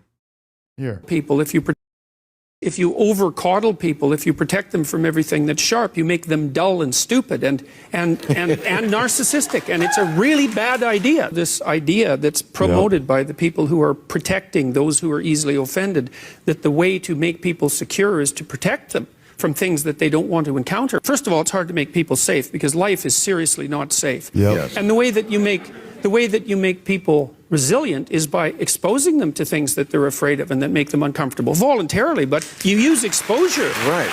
And it's a big one. And so, like, if you over coddle people, if you protect them from everything that's sharp, you make them dull and stupid and narcissistic, and it's a really bad idea. So you do know America. Good. If you over coddle. Okay. Did you get that, Tim? That's really what you need to know, man. Surfer, what's up, Surfer dude? What's up, bud? Good to have you. Tim, I know what wetback is, bro. I'm born and raised here in Southern California. I know what wetback is. I don't need to Google anything, man. You need to stop being offended. You need to stop trying to act like you're the cool guy trying to help other people from being offended. You need to stop trying to act like you're helping people by separating them and by their race and saying they're not as good as you because of whatever their race is. You need to stop trying to force companies to make decisions based on people's skin color and their gender. You need to stop trying to force universities to do that. You need to stop hurting the very people you're trying to help. It's stupid, retarded, idiotic shit. And you don't see it. I don't need to Google it. I already know what it is. You're telling me to Google something I know. I don't know what you're talking about. You're acting like a beta, bro. Beta. Wake up, buddy. Beta. Come on, beta. Beta male. Be an alpha male, bro, not a beta male. Man, be a alpha male, not a beta male. Come on, Tim. Wake up, bro. Stop trying to make people make decisions based on race. You're the one that's... It's exactly what we said before. Remember, guys? Confession through projection. The people like Tim are projecting. They themselves are the ones that are racist. They're the ones that are hung up on race and trying to act like they're virtuous. That's where the word virtue signaling comes from. That's what it's from. So, yeah. That's what that's what it's virtue signaling. You're trying to act like you're doing good. You're the one, man. Everyone was, oh guys, you know what it is? I figured it out. Everyone is in such a bad place, but guess what? Tim has arrived and he has a plan. He's got this whole crazy, cool, amazing new thing he's going to do. It's called DEI. And I'm going to get rid of racism. And guess what, guys? People called you a bad name. And I'm going to make them stop calling you bad names. And then you're going to feel really good. Okay.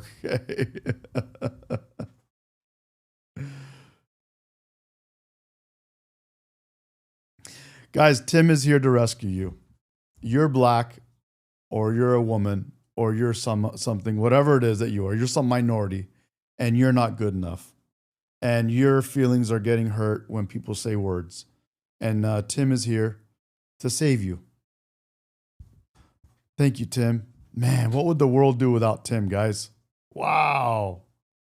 Timmy! Amazing. Yeah.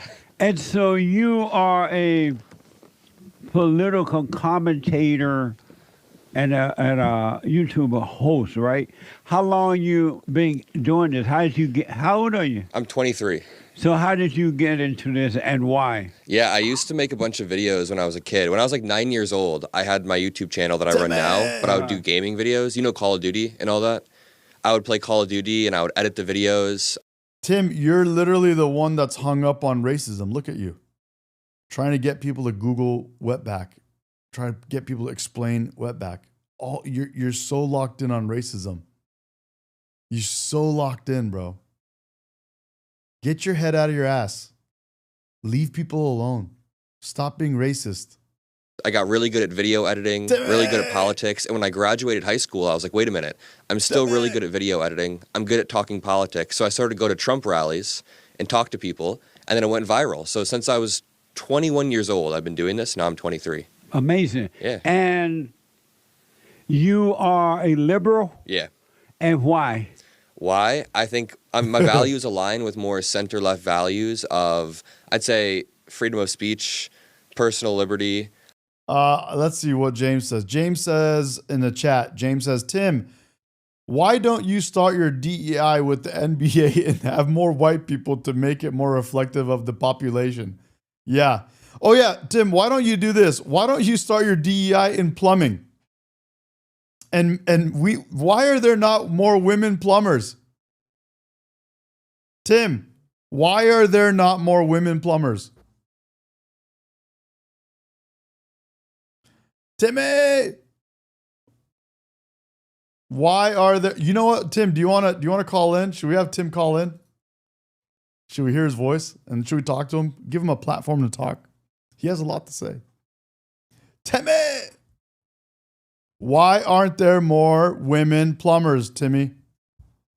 Come on, buddy. Why aren't there more women plumbers? Are the men holding them back? We're like, no. There are no women allowed in plumbing. Do you know why there's you guys want to hear a little secret? Only I know. This is a big secret. Women don't like to be plumbers. Jordan Peterson said it best. In the countries that are the most DEI or whatever you want to call it, they don't have equal people in the workforce or anywhere that they thought they would have equal people. Why? Because when people have choice, they don't all fall into the same places. They don't all go to the same places. So that's just what they don't put each other in the same buckets, I think is what he said. When you give people choice, they don't do that. What's he saying now? You tell me probably don't apply for those jobs just like they do for engineering positions. It's because of preference, bro. It goes back to what I said. There's no racism. There's just preference. If I don't want to date black women, am I racist?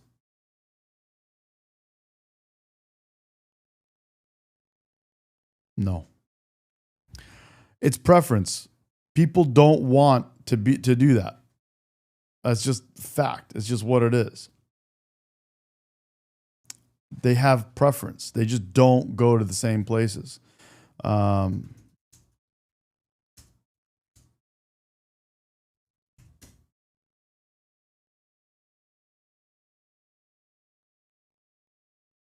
Period of time, but not, certainly not for centuries. Let me move on to another debate. But that's just not true, is it? This It's never evidence been is- tried. Well, that's not really the case. Let me see if I Women can have find been in the the spot workplace here. for at least ever since I've been around. The representation of women in the workplace has been about 50%. So we've run the experiment for a fairly reasonable period of time, but not, certainly not for centuries. Let me move on to another debate that's been very controversial for you. And this is, you got in trouble for refusing. That's fine. It's not only fine, it's eminently desirable for everyone, for individuals and for society. But still, women aren't going to make it. That's what you're really It saying. depends on your measurement techniques. They're doing just fine in medicine. In fact, there are far more female physicians than there are male physicians. There are lots of disciplines that are absolutely dominated by women. Watch what he says about if given the option, what people decide to do. It's all choice. And the retards like Tim that are trying to make everything equal are going against what people themselves want. If you made all plumbers equal, men and women, the women being plumbers would quickly be like, dude, I don't want to do this. Like, I want to do something else. If you made all nurses equal, men would be like, I don't want to be a nurse. Women would be like, the women that are plumbers would be like, dude, I'd rather be a nurse. And the guys that are nursing, they're like, dude, I'd rather be plumbing. It's choice. And you're trying to shove people and force them into places. And you don't see that because you're in la la land. You just have this retardation in your brain that you can't get over. Many, many disciplines, and they're doing great. So let me put something else to you from the book. You say the introduction of the equal pay for equal work argument immediately complicates even salary comparison beyond practicality for one simple reason. Who decides what work is equal? It's not possible. So the simple question is, do you believe in equal pay? W. Steve, bro, you know exactly what. Well, listen to what he says here. Well, I made the argument there. It's like it depends on So who you don't defines believe it. in equal pay? No, I'm not saying that at all. Because a lot of people listening to you will just say, I mean, are we going back to the dark That's ages because they're actually here? not listening. I'm They're just listening very projecting carefully, what and they I'm think. hearing you. You're on the retardation space in your brain, bro. You need to break out of that. He says, so again, DEI is for hiring, applying for jobs. Your sentence doesn't even make sense. Tim says in chat, he says, so again, DEI is for hiring, applying for jobs. Companies have to be forced because they choose not to be diverse. No, they choose to have the best person for the job. It's not they choose not to be diverse. Companies run the way that they run to be successful, and they want to have the best people for the job regardless of race. You want to force them to have a certain type of race because you're racist.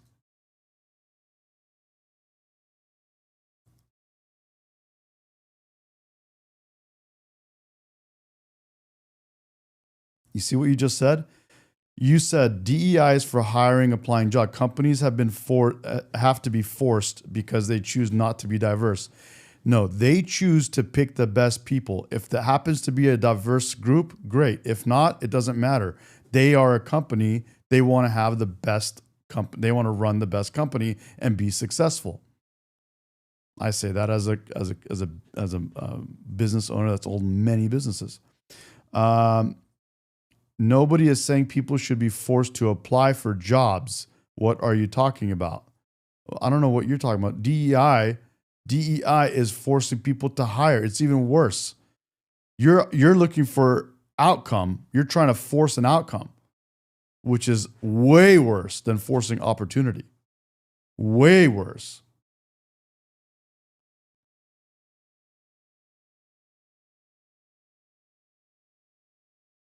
You said, Tim in chat says again, DEI is for hire, if not applying to jobs, as I said before. No, you're trying to force an outcome, which is worse than allowing for equal opportunity.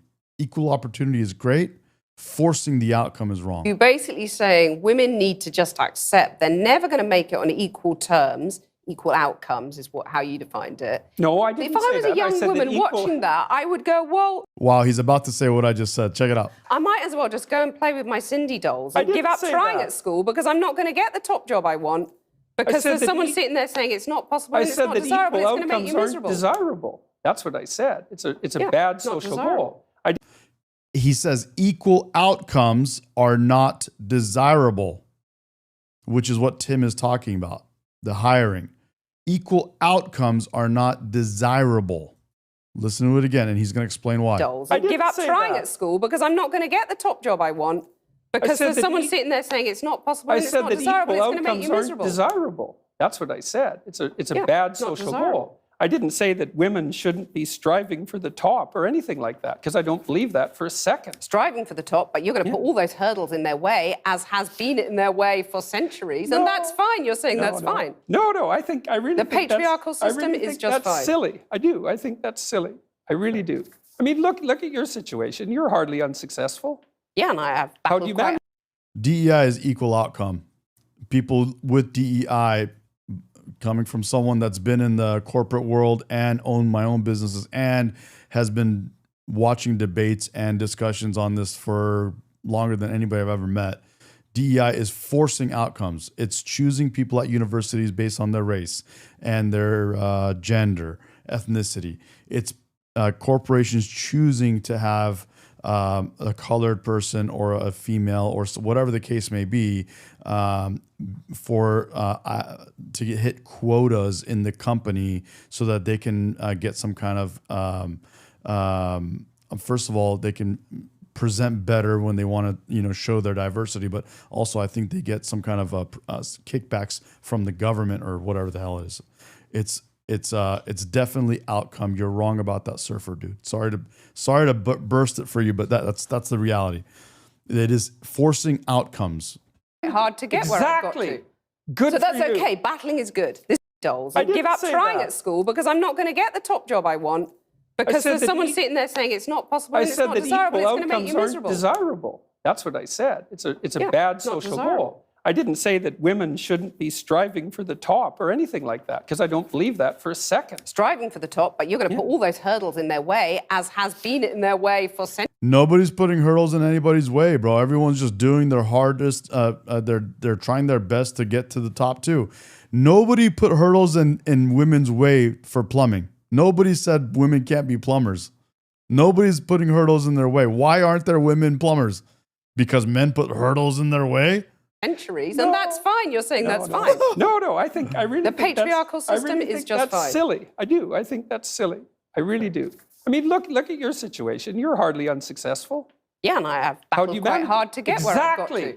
Good so for that's you. okay. Battling is good. This is all about the fight. It's inevitable. But you talk about men fighting. I mean, let me just put another thing to you from the book. Why You're wouldn't saying you have to battle for a high quality position?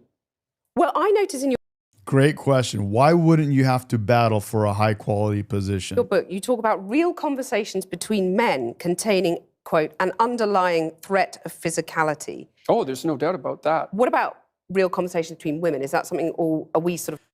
Tim, you're just worried about, you're talking about, there's hurdles for women engineers. I work with engineers day and there's one out of 50.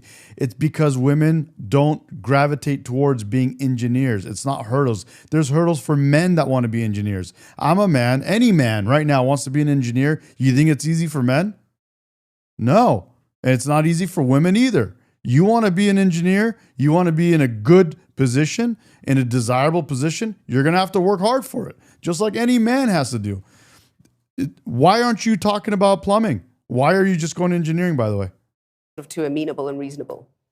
No, it's just that the domain of physical... There are, and we could likely say there are hurdles for men that want to be nurses.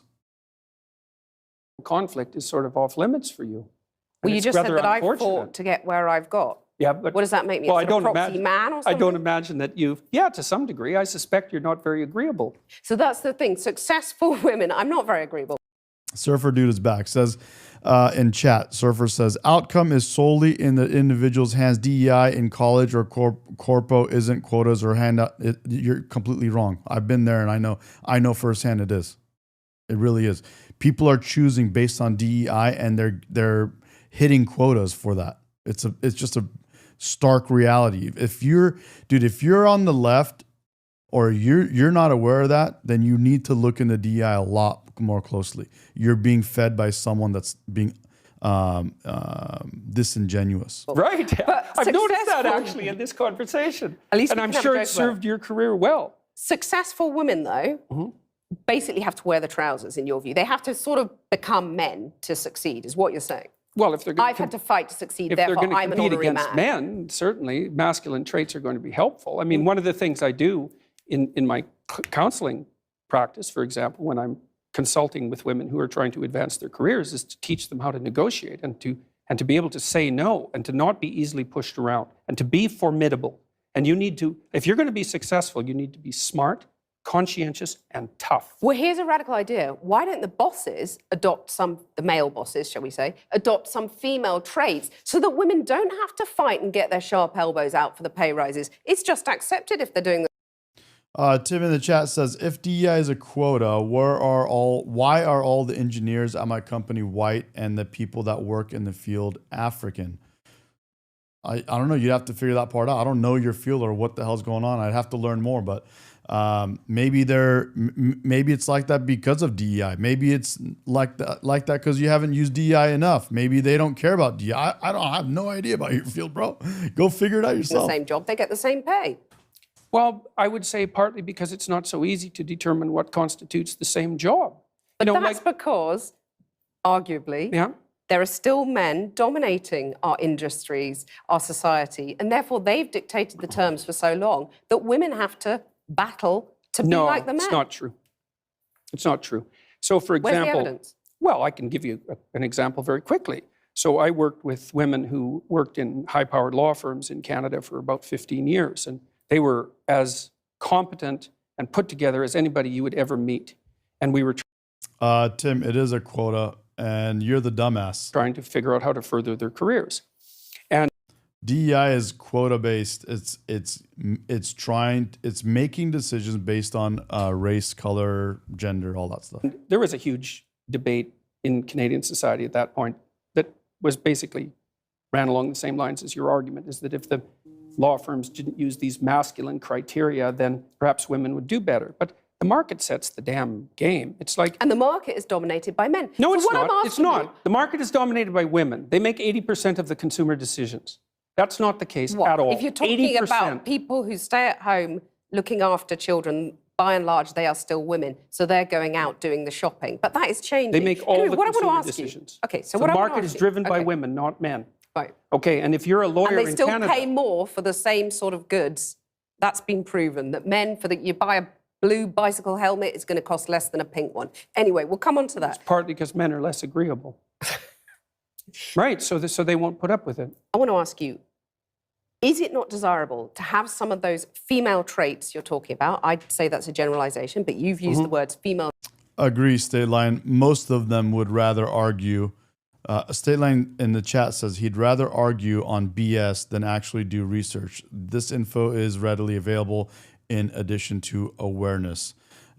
Most of the people that are arguing for DEI or that are arguing on the left, you'll notice they very rarely want to actually educate themselves and learn more about what they're talking about.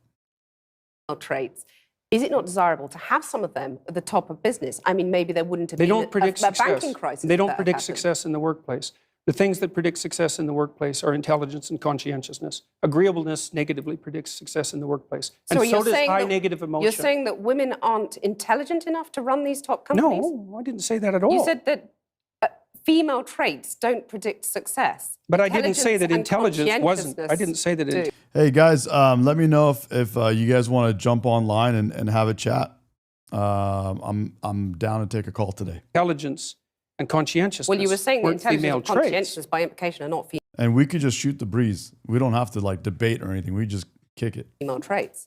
No. I mean, that's very dangerous territory. I'm not saying that at all. Are women less intelligent than men, by and large? No, they're not. No, the data on that's pretty clear. The average IQ for a woman and the average IQ for a man is identical. There is some debate about the flatness of the distribution, which is something that James Devory pointed out, for example, in his memo, but there's no difference at all in general cognitive ability. There's no difference to speak of in conscientiousness. Women are a bit more orderly than men, and men are a little bit more industrious than women, but the difference isn't big. But that averages into conscientiousness. And men who aren't necessarily as well, industrious. of course. But female traits, though, why are they not... Feminine traits, why are they not desirable at the top of... Feminine traits, why are they not desirable at the top of business? It's hard to say. I'm just laying out the empirical evidence. Like, we know the traits that predict Agree, Elmo. I think this is the best part of the interview. success. But we also... I want to get to the part where he says that if they're given the choice, they won't go into the same buckets. Let me go traits, over here. why are they not desirable at the top of business? It's hard to say. I'm just laying out the empirical evidence. Like, we know the traits that predict success. But we also know, because companies by and large have not been dominated by women over the centuries, we have nothing to compare it to. It's an experiment. True, and it could be the case that if companies modified their behavior and became more feminine, that they would be successful. But there's no... I listen to an insane amount of music, and I have my whole life. Massively in love with music. Evidence for it.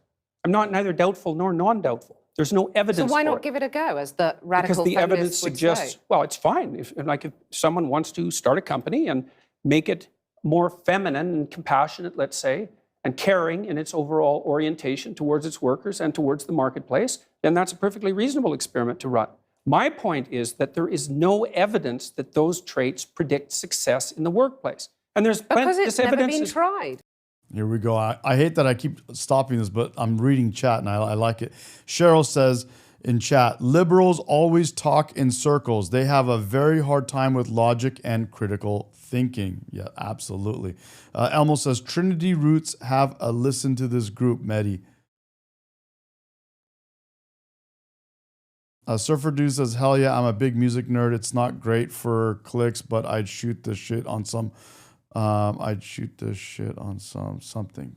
I missed the chat. Damn it. Where is my chat, bro? Let me move this here. Shoot the shit on some new bop sometime. Sure. Well, that's not really the case. Women have been The only problem with music is it hits me for copyright instantly. in the workplace for, at least ever since I've been around, the representation of women in the workplace has been about 50%. So we've run the experiment for a fairly reasonable period of time, but not, certainly not for centuries. Let me move on to another debate that's been very controversial for you. And this is, you got in trouble for refusing to call trans men and women by their preferred personal pronouns. No, that's not actually true. I got in trouble because I said I would not follow the compelled speech dictates of the federal and provincial government. I actually never got in trouble for not calling anyone anything. Right. That didn't happen. You wouldn't follow the change of law, which was designed Not to once it was outlaw law. discrimination. No. Why that's what they said it was designed to do. Okay, you cited freedom of speech in that. Why should your right to freedom of speech trump a trans person's right not to be offended? Because in order to be able to think, you have to risk being offensive. I mean, look at the conversation we're having right now. Like you're certainly willing to risk offending me in the pursuit of truth. Why should you have the right to do that? It's been rather uncomfortable. Well, I'm very glad I put you on the spot. Well, I'm very glad that I have exercised my freedom of speech. You get my point. It's like you're doing what you should do, which is digging a bit to see what the hell's going on. And that is what you should do. But you're exercising your freedom of speech to certainly risk offending me. And that's fine. I think more power to you as far as I'm concerned. So you haven't sat there and... I'm just trying to work that out. I mean... Ha, gotcha. You have got me. I'm trying to work that through in my head. Yeah, it took a while. It did, yeah. It took a while. You have voluntarily come into this studio and agreed to be questioned. Mm-hmm. A trans person in your class has come to your class and said they want to be called That's never she. happened. And I would call them she. So you would? Yeah, Surfer Dude, I'm down to chat anytime. And I think it makes sense you said like towards the end of the stream or when the numbers drop down or something like that. I'm down. So you've kind of changed your tune on that. No, I said that right from the beginning. What I said at the beginning was that I was not going to cede the linguistic territory to radical leftists, regardless of whether or not it was put in law. That's what I said. And then the people who came after me said, oh, you must be transphobic and you mistreat a student in your class. It's like, I never mistreated a student in my class. I'm not transphobic, and that isn't what I said. Well, except you've also called trans campaigners authoritarian, haven't you? I mean, isn't that well, only in the broader context of my claims that radical leftist ideologues are authoritarian, yes, which they are. You're saying someone who's trying to work out their gender identity, who may well have struggled with that, had quite a tough time over the years. With it, yeah. You're comparing them with, you know, Chairman Mao, who saw the deaths of millions of people. Well, even if the activists, you know, they're trans people too. They have a right to say these things. Yeah, but they don't have a right to speak for their whole community. To compare them to Chairman Mao, or, you know, I could Pinochet, Augusto Pinochet. I mean, you know, this is grossly insensitive. I didn't compare them to Pinochet. Well, I did compare them to He was an authoritarian. He's a right-winger, though. I was comparing them to the left-wing totalitarians. Okay. And I do believe they are left-wing totalitarians. Under Mao, millions of people died. Right. I mean, there's no comparison between Mao and a trans activist, is there? W. Kalin, bro. Why not? Because trans activists aren't killing millions of people? The philosophy that's guiding their utterances is the same philosophy. The consequences are... Not yet.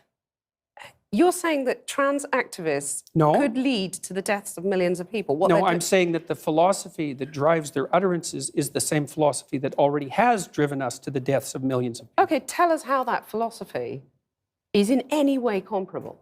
Sure, that's no problem. The first thing is that the philosophy presumes that group identity is paramount.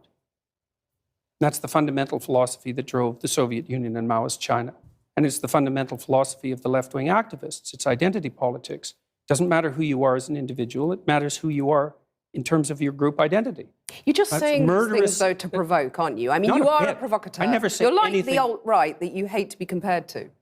You want to stir things up. I'm only a provocateur insofar as when I say what I believe to be true, it's provocative. I don't provoke. Maybe for humor. You don't set out to now provoke. And then. I'm not interested in provoking. But what about the thing about, you know, fighting and the lobster? Tell us about the lobster.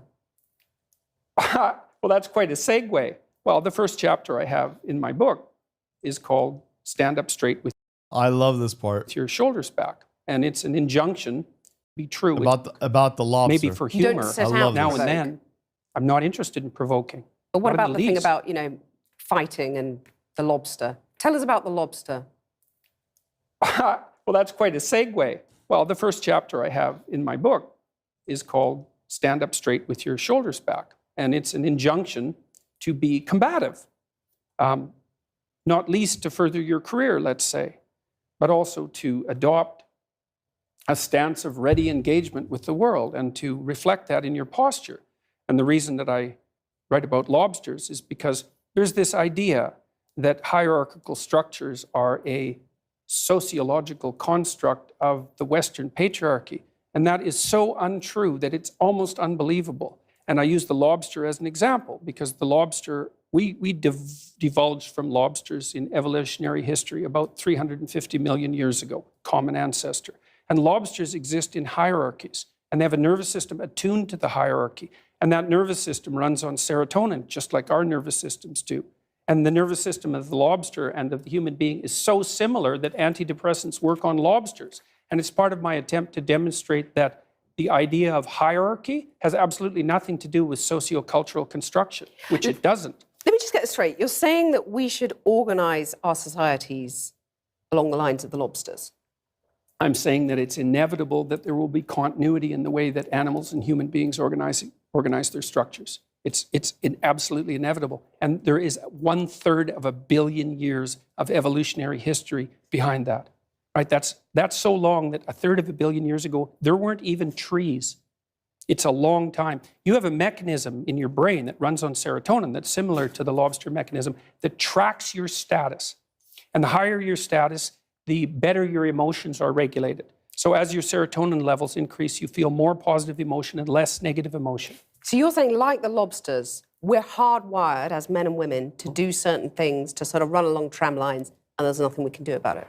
No, I'm not saying there's nothing we can do about it, because it's like in a chess game, right? There's lots of things that you can do, although you can't break the rules of the chess game and continue to play chess. And biological your biological nature is somewhat like that, is it sets the rules of the game, but within those rules you have a lot of leeway.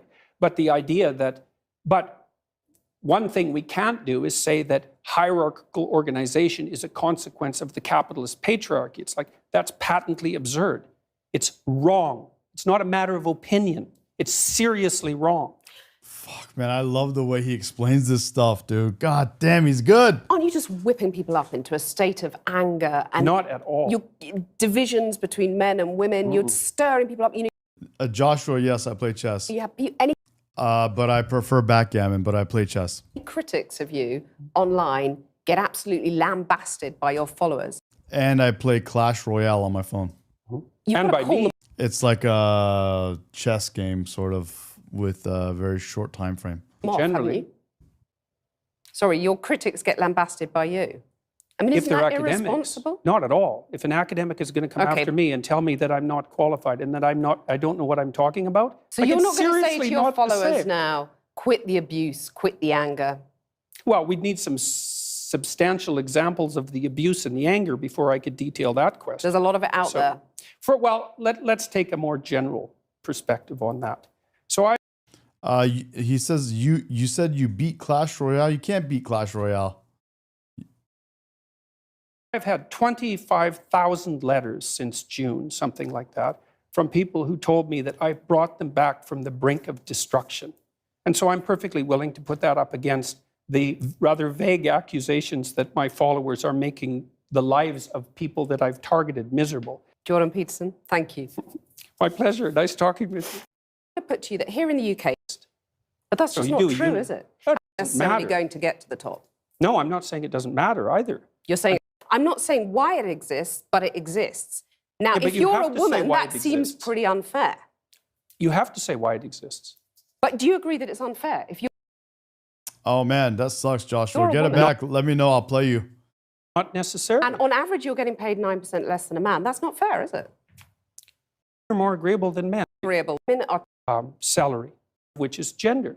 okay. So rather than denying for a pay rise, I- make yourself disagree. Because I'm very, very Too agreeable to ask for. I've Just don't. counted- So you might say, often you treat people for anxiety. You treat them for consulting price. You would be happy if that pay gap was Cost of women's own interests. Oh, So- here. This is the because they part might that not I've be been happy trying if to they get find, bro. Here equal it pay. is. That's a problem. Oh, there's all. All the radical feminists are saying. It would depend on how Here continue we go. Check pushing, this out. competing for higher wages, and often tripled their wages within a 5-year period. Teaching you them how to celebrate that? negotiate. Of course. So, Of do course. you agree that you would be happy if that pay gap was eliminated completely? It Because would that's all depend. the radical feminists are saying. It would depend on how it was eradicated and how the disappearance of it was measured. And you're These saying things if you it's at the can't- you cost can't- of men, that's a problem. Oh, there's all sorts of things that it could be at the cost of. It could even be at the cost of women's own interests. Here we So- go. Because they might not be happy if they get equal pay. No, because it might interfere with other things that are causing the pay gap that women are choosing to Like do. having Well, What's up, Ruby? Dude, what's up, Brock? Dude, check this part out. This is the part that I was trying to get to, and this is what I said. This is why DEI makes no sense, because if given free will and preference, people will not, the workforces and all the jobs and industries would not be 50-50 or equal distribution. And this is why, because people don't want to do certain things. People have preference, and you're playing with that individuality and uniqueness of human beings in that ability to have a preference in what they want to do. And what that means is, for example, Tim was in here being a moron saying, how come it's hard for women to become engineers? It's like, it's hard for men to become engineers. You know how hard it is for men to be good, admirable engineers, good paid engineers? It's really hard. It's hard for everybody. The point is, you don't have engineers there's not that many women engineers because they don't prefer that profession. Why are there not that many men nurses? Because they don't prefer that profession. Why aren't there that many women plumbers? Because they don't prefer that profession. Why aren't there that many women computer programmers? Because they don't prefer that profession. Why aren't there that many women electricians? Because they don't prefer that profession. Listen to what he says next. Children. Well, or choosing careers that actually happen to be paid less, which women do a lot of. But why shouldn't women have the right to choose not to have children, or the right to choose those demanding careers? They do. They can. Yeah, that's fine. But you're saying that makes them unhappy, by and large. I'm saying that no, I'm not saying that. And I actually haven't said that so far. You're saying it makes them miserable. No, I said that what was making them miserable was having weak partners. That makes them miserable. Right. I would say that many women around the age of, I would say between 28 and 32, have a career family crisis that they have to deal with.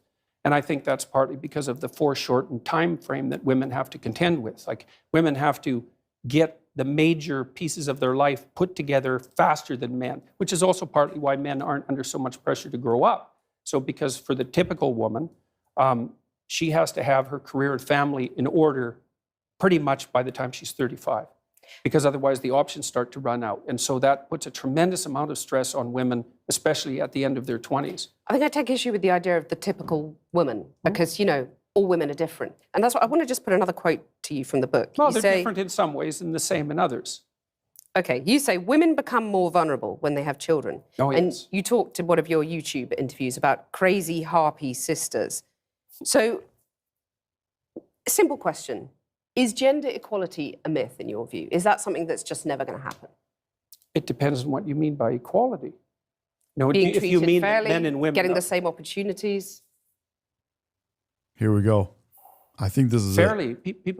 We could get to a point where people were treated fairly or more fairly. I mean, people are treated pretty fairly in Western culture already, but we could. But they're really not, though, are they? I mean, otherwise, why would there only be 7 women running FTSE 100 companies in the UK? Why would there still be a pay gap, which we've discussed at length? Why are women at the BBC saying that they're getting paid illegally less than men to do the same job? Well, that's not fair, is it? Let's go to the first question. Those are complicated questions.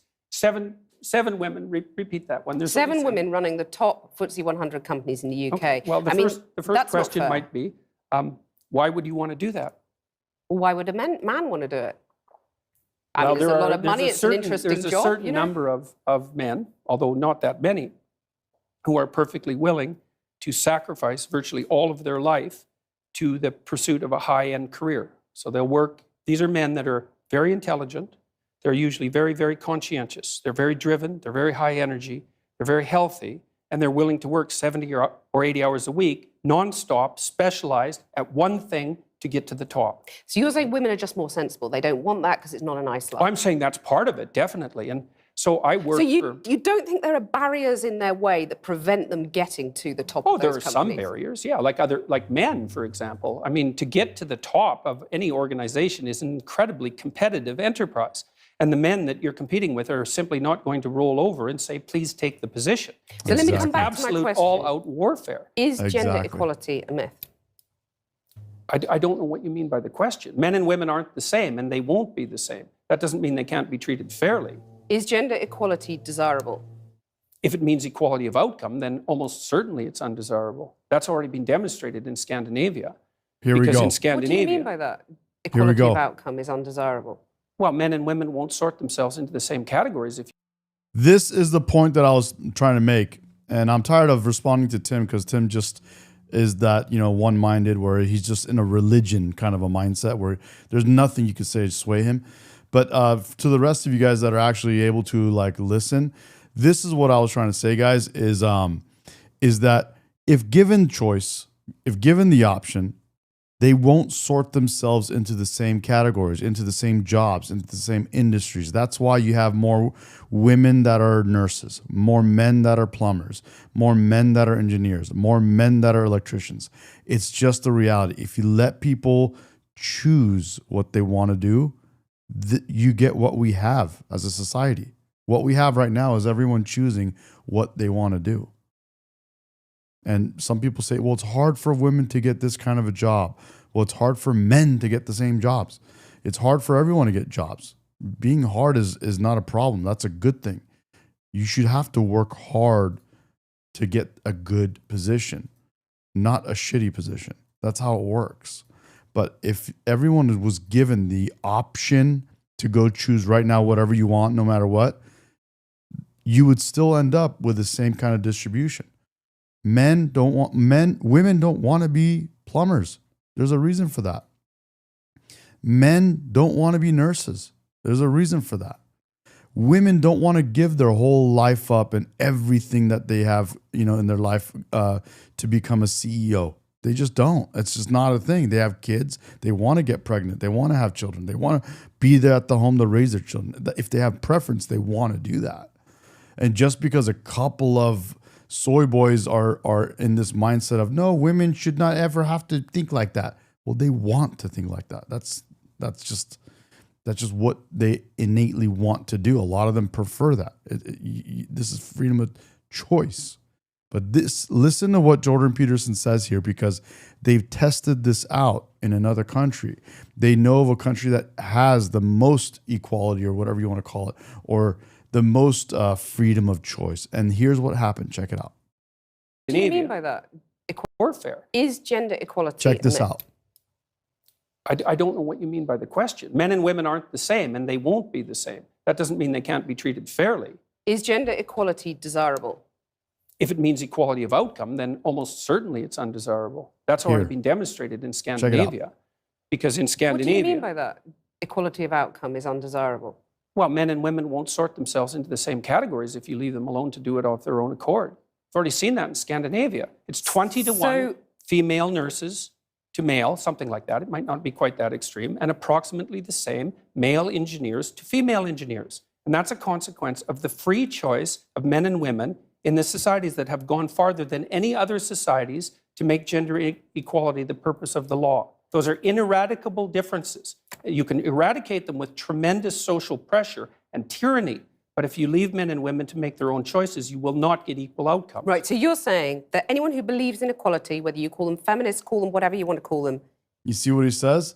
In the countries where they have the most, let's just put this back one more time. Gone farther than any other societies to make gender equality the purpose of the law. Those are the societies that went with engineers to female engineers. And that's a consequence of the free choice of men and women in the societies that have gone farther than any other societies to make gender equality the purpose of the law. Those are ineradicable differences. You can eradicate them with tremendous social pressure and tyranny, but if you leave men and women to make their own choices, you will not get equal outcomes. Right, so you're saying that anyone who believes in equality... You see that? You will not get equal outcomes. If you let them have their own choices, you will not get either equal outcomes.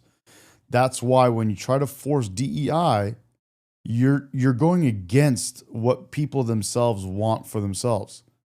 You got to let people do what they want to do. Leave people alone. Leave companies alone. Companies should be able to do what they want to do. Leave them alone. Stop trying to make people do things you want them to do. Let them do what they want to do. If you have a problem with equality in some industry, go create your own business and you do what you think is right. And you do it for yourself. Don't force other people to do your twisted, retarded fucking things. It makes no sense. Absolutely no sense. And I'm gonna hit this at 14. What's the time? I'm actually gonna make a reel out of this, and I think it'll go viral. 14:13, because this is just I keep having to go back to this, and I'm gonna save this as well. Okay.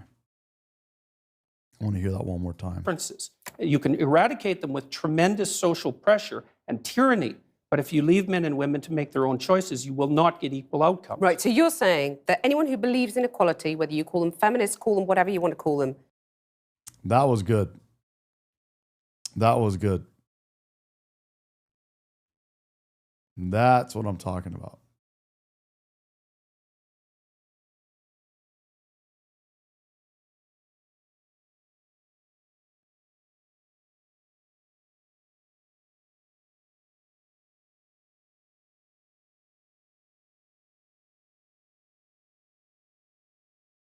Yeah, and then again, these losers have to make up words. Oh, it sounds like misogyny. It sounds like this.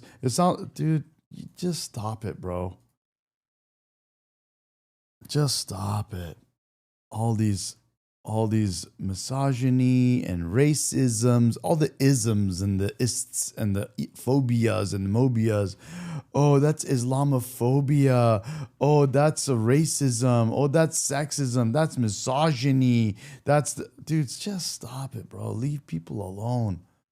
Leave people alone.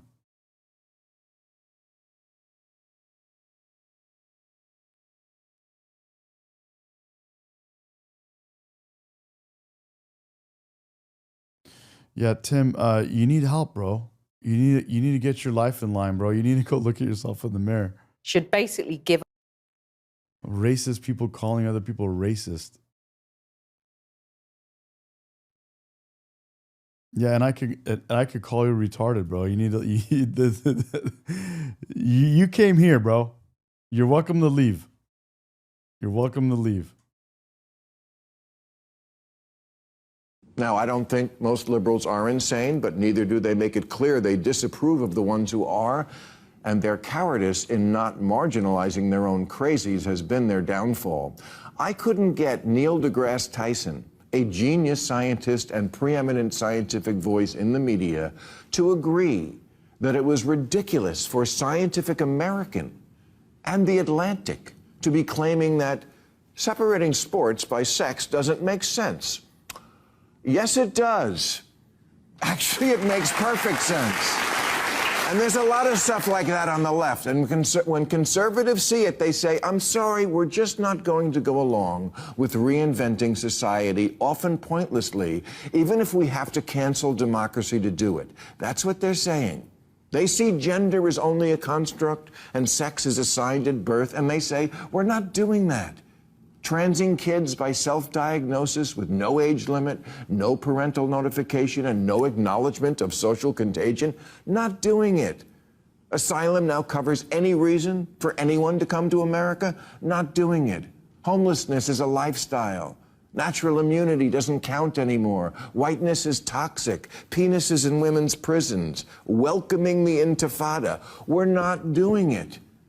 We are ever going to get back to the old America. That's got to be the Democrats' part of the bargain. Stop coming up with radically new and often terrible ideas, and then in the next breath insist there be no debate about any of it. That if you don't see it right away and go along, you're bad, stupid, and deplorable. As if you were saying, duh, 2 + 2 = 5. Isn't that obvious? Yeah, it's obvious you can't add. You can't just say shit. Math is racist. Queers for Palestine. Looting is cool. Healthy at any weight.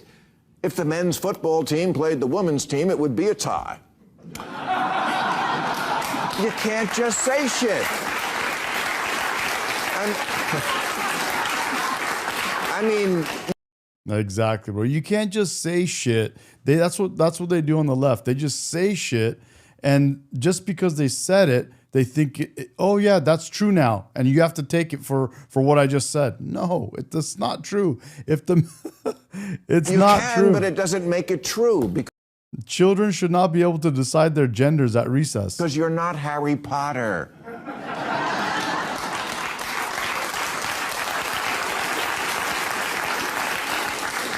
Smug self-righteousness in the defense of some of the dumbest ideas to ever come down the pike is not a formula that's really working for you.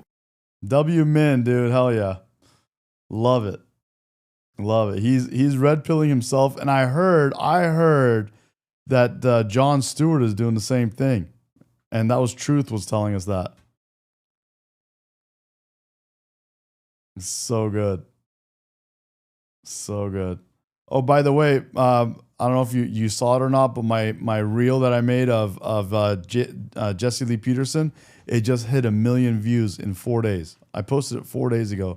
Look at this thing right here that I'm circling. If I go off of it, you can see right here in this corner. It's at 1 million. That sucker is good, bro. Look at that. Thing's cracking. So you're gay? I'm gay. Love I it. didn't know you were gay. Yeah, well, I just told you. How did you become gay? One doesn't become gay. One is born that way. And so, have you been with men? Of course. Like sexually. Yes. Really? Like, Really? Yes. That's Really? mind-blowing. This is really? Really? Really? Yeah, dude. Oh yeah.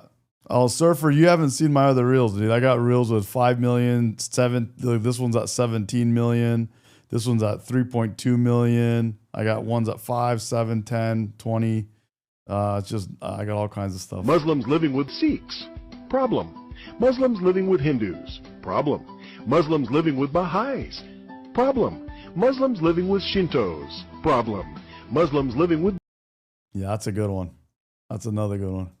I think liberalism is a lot about equality and equity, and I think that conservatism oftentimes isn't. It's a little bit more cruel. What does that mean?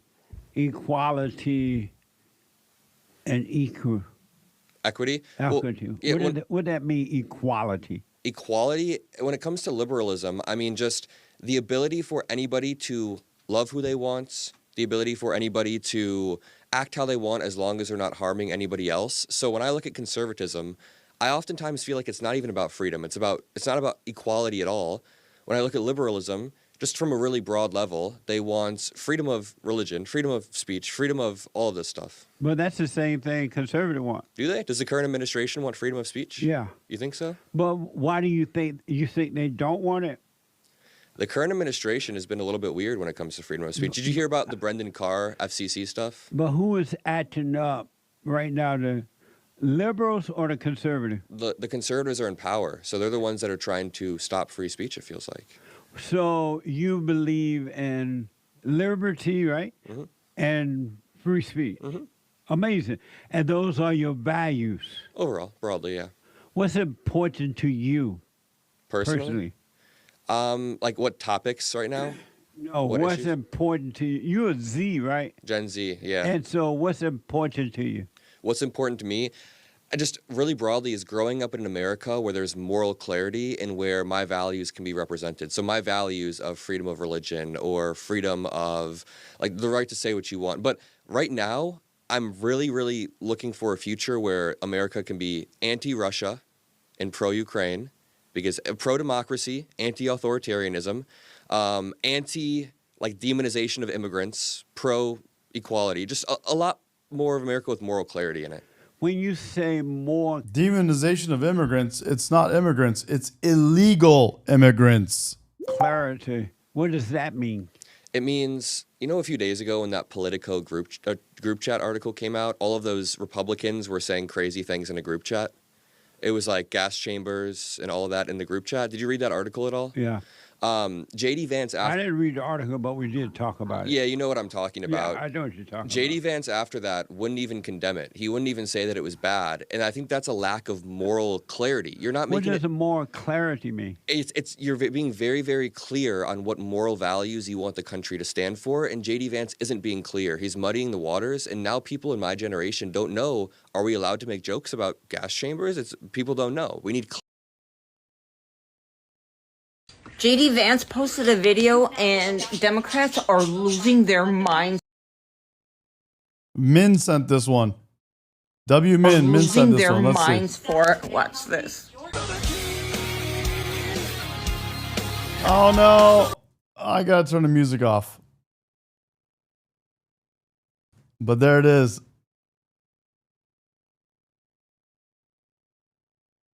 Oh, this is the No Kings. Got him good, bro. Got him good. All right. I got an event that I'm going to soon, so I got to get off in a little bit. clarity on that. And did you have that when Obama, or not Obama, but Biden was in office? Did Yeah. you have more clarity? He was pretty clear, yeah. It was more clarity then? Yeah.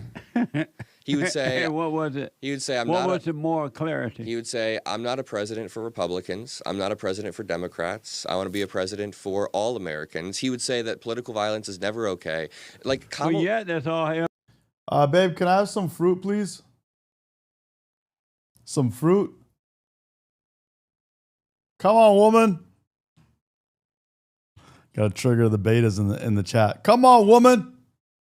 The lefty's gonna lose it now when I call her woman. Hey, woman.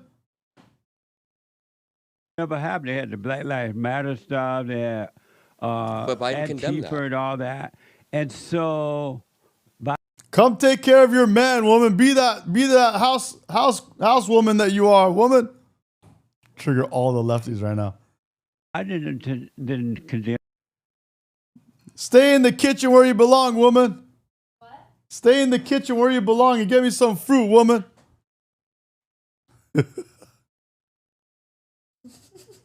See that? Look here.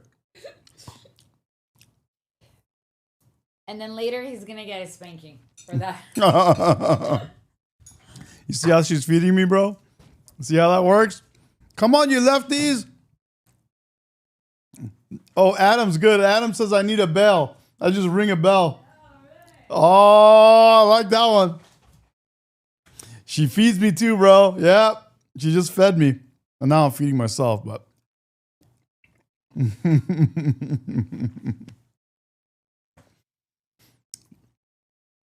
We have fun. She gets it, and we laugh together. It's really fun.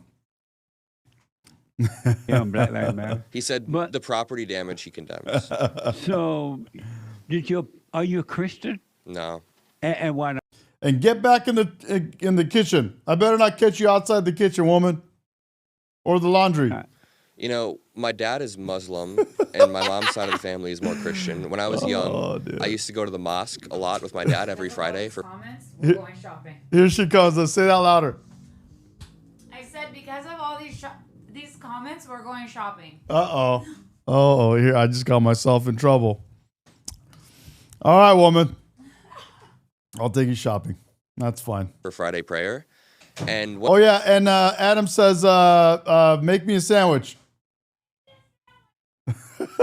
One time my mom sat me down when I was like 9. She said, listen, you don't have to be Muslim. You don't have to be Christian. You can decide which path you want to go down.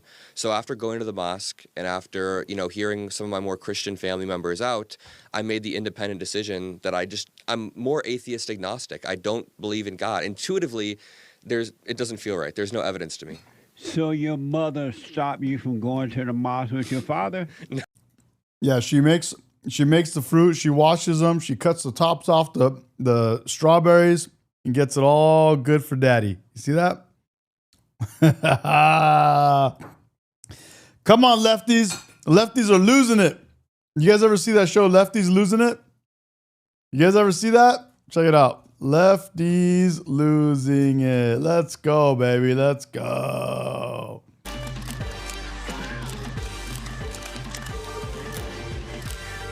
Good evening and welcome to a program devoted entirely Hell to yeah, guys. Lefties losing it. Let's start the week with some cringe content courtesy of Hollywood. Here is Jeff Bridges on Jimmy Kimmel's awful program reprising his dude character. It does not go well. And, yeah, ice. Let's get ice off our streets and into our beverages. This aggression will not. Min and Keith, thank you guys. Yeah, we hit 7K last night, dude. It was so fun. It was so cool. That was a good one, dude. Yeah, we're moving fast, guys. Guys, just so you know, I want to keep you guys in the loop. So it's fun to know about what's going on, right? Because I put myself in your shoes where I always wanted to know this information. I literally went up 50% subscribers. It was a 50% increase within 1 week. So a week ago, I was at 4,700 subscribers. Today, we're at 7,060. That's a 50% increase in 1 week. That's called full steam ahead. That's called snowball. That's called woo. Understand, huh? Right? Right. So let's just. And that's with you guys, dude. Thank you guys so much. That's with you guys, dude. Love you guys. Thank you. Let's. Yeah, ice. Let's get ice off our streets and into our beverages. This aggression will not stand, huh? Right? Right. So let's just abide. Abide together. Yes, we can do this. Now, that's just like my opinion, but it's a good one. Don't you That's a think, pretty Jay? great opinion, Yeah, I think. man. Thank you, dude. You can see why Jimmy Kimmel's ratings are circling the drain after that little suspension bump. Not only is he miserable, unfunny and cringe, but so are his guests. And talking about miserable and unfunny, let's check in on alleged comic Trevor Noah, who decided he was going to make jokes about Charlie Kirk and his murder. And he did that by lying about it. He might think this is edgy, but it's just trash. Unfunny, dumb trash, lacking any wit or insight. Thank you, Surfer Dude. Appreciate it. I wasn't going to say anything about Charlie Kirk, but don't. There's nothing funny about it. Oh, now you tested me. I mean, there's nothing funny about it? You can't say there's nothing funny about it. No, there's nothing fun. No, don't say that, because as a comedian, I'll be like, I'm sure there's something funny about it. The guy was shot while defending guns. Do you understand how? I'm not even writing that as a joke. As a human, you have to admit that is an incongruous, funny thing that happens. You are there, you're like on stage, and you're like, let me tell you why people should have guns. Wah-ha! What a pitiful jerk. And for the record, Charlie wasn't killed defending the Second Amendment. He was murdered as he was about to answer a question about trans killers, about trans activists committing acts of violence. But Trevor Noah didn't make that point, did he? If he wanted to talk about irony, he could have talked about the fact that Charlie was allegedly murdered by a trans activist in a relationship with someone who is trans, who murdered Charlie as he was answering a question about trans violence. Trevor Noah doesn't have the guts to do that. He just plays to the easy leftist loser crowd who don't want to laugh. They want to applaud right-on comments like trained seals. Now, Check this out, guys. Min, do you know what Najum Jo means? Min, do you know what Najum Jo means? let's talk about awfuls, affluent, white. Let's see. Let's see, guys, if she's a real Korean. I used to have a Korean girlfriend, bro, back in the day. Long time ago. And she taught me a little Korean that I still, to this day, have not forgotten. Come on, man. Do you know what Najum Jo? Do you know what that means?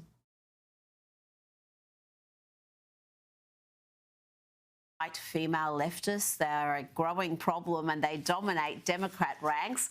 Yes, there is something wrong with Democrat women and it runs a lot deeper than the craziness of the squad. Let's look at the woman who is the front runner to be the most powerful in America. She's the front runner to be the next governor of California. Here's a brief highlights package. She says, the yam, my Korean sucks. Oh, dang. No, dude. Najum Jo in Korean means give me some. You know, it's like what a guy would say to a girl. Do you know, how about mohale? Mohale or kakoshipo? Come on now. Come on, man. Do I know more Korean than you? Holy cow. Her meltdown on CBS recently. How would I need them in order to win, man? Well, unless you think you're going to get 60% of the vote. You think you'll get 60%? So you don't think I feel like this is unnecessarily argumentative. What is your question? It's the do you need them to win part that I don't understand. I'm happy to answer the question as you have it written, and I'll answer. What I'm saying to you is that... Is Mr. Min Korean? Does he know? Does he speak Korean? LOL, probably I was raised with my mom mostly. Okay. Well, I don't know. I just see your name has a lot of Korean in it. And so I'm assuming it's Korean. So I figured you would speak it. But apparently I know more Korean than you, dude. Holy cow. No, he's Austrian. Oh, okay. Well, to those voters, okay, so you... I don't want to keep doing this. I'm going to call it. Okay. Thank you. Mohale means what do you want to do? Mohale. And then kakoshipo, I forgot what that means. But Najum Jo means give me some. You're not going to do the interview with us? Nope, not like this. I'm not. Not with 7 follow-ups to every single question you ask. Every other candidate has answered our follow-ups. I don't care. Yep, that's Katie Porter, and she's leading in the polls to take over California, the 4th biggest economy in the world. Maybe that meltdown will change things, but she's been unhinged for a long time. Here she is berating a staff member for getting in her shot. If we don't electrify our transportation sector, that we're going to lose more than 500,000 Californians dying prematurely to air pollution and other problems, and the state could lose. Get out of my shot. I wanted to tell you that that's actually incorrect. It's not that it's electric vehicles. It's that if we don't meet the commitments under the Paris Climate Accord. Okay, it does. Okay, you also were in my shot. Gotcha, man. Nice. Stay out of my shot. And let's hear this election night story from Katie Porter involving her young daughter. So on election night, I went to pick up my daughter from water polo practice, and she's 12, and she got in the car and she was crying. She said, "Mom, Trump won. Trump's going to win. And what if I get raped and I need to have an abortion?" This is from a 12-year-old, my 12-year-old daughter. And so it was really a reminder of how scary this time is for people. Oh, Katie, you brought your family into this. That was a mistake, because we're now going to check in on what happened during your divorce proceedings. Yes, Katie's ex-husband, Matthew Hoffman, detailed that the Democrat frequently abused him and threw all sorts of things at him during their marriage. She once shattered a glass coffee pot on their kitchen counter when she felt their house wasn't clean enough. The ex-husband also said, "She would not let me have a cell phone because she said, 'You're too effing dumb to operate it.'" And most incredibly, he said that Katie Porter once became so incensed by the way he was making mashed potatoes that she raised a ceramic bowl of steaming hot potatoes and dumped them on his head, burning his scalp. And she's the front runner to be the governor of California. Goodness me, Democrats are slow learners. And talking about slow learners, let's check in with ABC. Let's have a look at Vice President J.D. Vance absolutely demolishing George Stephanopoulos, the long-term Democrat operative turned ABC News anchor. Did not see this coming, and his reaction to it was to abruptly end the interview. This is certainly a lefty losing it. I don't know what tape you're referring to, George. I saw media reports that Tom Homan accepted a bribe. There's no evidence of that. And here's, George, why fewer and fewer people watch your program and why you're losing credibility. Because you're talking for now 5 minutes with the Vice President of the United States about this story regarding Tom Homan, a story that I've read about, but I don't even know the video that you're talking about. Meanwhile, low-income women can't get food because the Democrats and Chuck Schumer have shut down the government. Right now, we're trying to figure out how to pay our troops because Chuck Schumer has shut down the government. You are focused on a bogus story. You're insinuating criminal wrongdoing against a guy who has done nothing wrong instead of focusing on the fact that our country is struggling because our government's shut down. Let's talk about the real issues, George. I think the American people would benefit much more from that than from you going down some weird left-wing rabbit hole where the facts clearly show that Tom Homan didn't engage in any criminal wrongdoing. Damn, fucked him up, bro. Damn, bro. Weird left-wing rabbit hole. I didn't insinuate anything. I asked you whether Tom Homan accepted $50,000, as was heard on an audio tape recorded by the FBI in September 2024, and you did not answer the question. Thank you for your time this morning. No, George, I said that I don't. Up next, we'll be right back. You got him Let's good, check in with dude. CNN. They're trying hard to cope with the reality that the man they and the left has branded as some sort of modern-day Hitler is actually hugely popular in He rage quit, bro. the only Jewish state. There are thank you messages on the beaches of Tel Aviv. There are thank you messages in And he cut off the VP of the United States. What a loser. the leading Lefties losing it for real. newspapers of Israel. The nation, its people, are grateful to a leader who has brought their hostages home and brought peace to the region. They're wearing Trump hats in the Knesset, the Israeli parliament, hats that say Trump the peace president. And CNN had to acknowledge that there were plenty of MAGA caps being worn in Hostage Square. And of course, endless applause for President Trump. Endless applause for President Trump. And when I was there, I even saw people wearing Make America Great Again hats in that crowd over at Hostage Square. But yet, despite all that, despite the fact that world leaders were jumping on planes within minutes of notice to be in the Middle East for this announcement, CNN anchor Jake Tapper, you know, the dude who noticed Joe Biden's cognitive decline only after he stopped being the Democrat candidate, well, yes, Jake tries to downplay the enormity of this peace deal. Obviously, blessed are the peacemakers indeed, but it is worth pointing out this is a ceasefire deal, right? This is not a larger peace deal about a Palestinian state of any sort and who gets to rule a Palestinian state and Israel gets security guarantees, how, and all that. That is still TBD, right? I mean, yes, but, because the yes, but part of that is that, yes, this is the first phase of this deal where the two key parts of that was a ceasefire and the release of the hostages and also the release of Palestinian prisoners. Just pathetic work there from Jake Tapper, but not surprising. And let's stick with CNN. They have another anchor here, Christian Amanpour, having to issue an apology for insensitive comments suggesting the hostages, the Israeli hostages, were treated better than Gazans.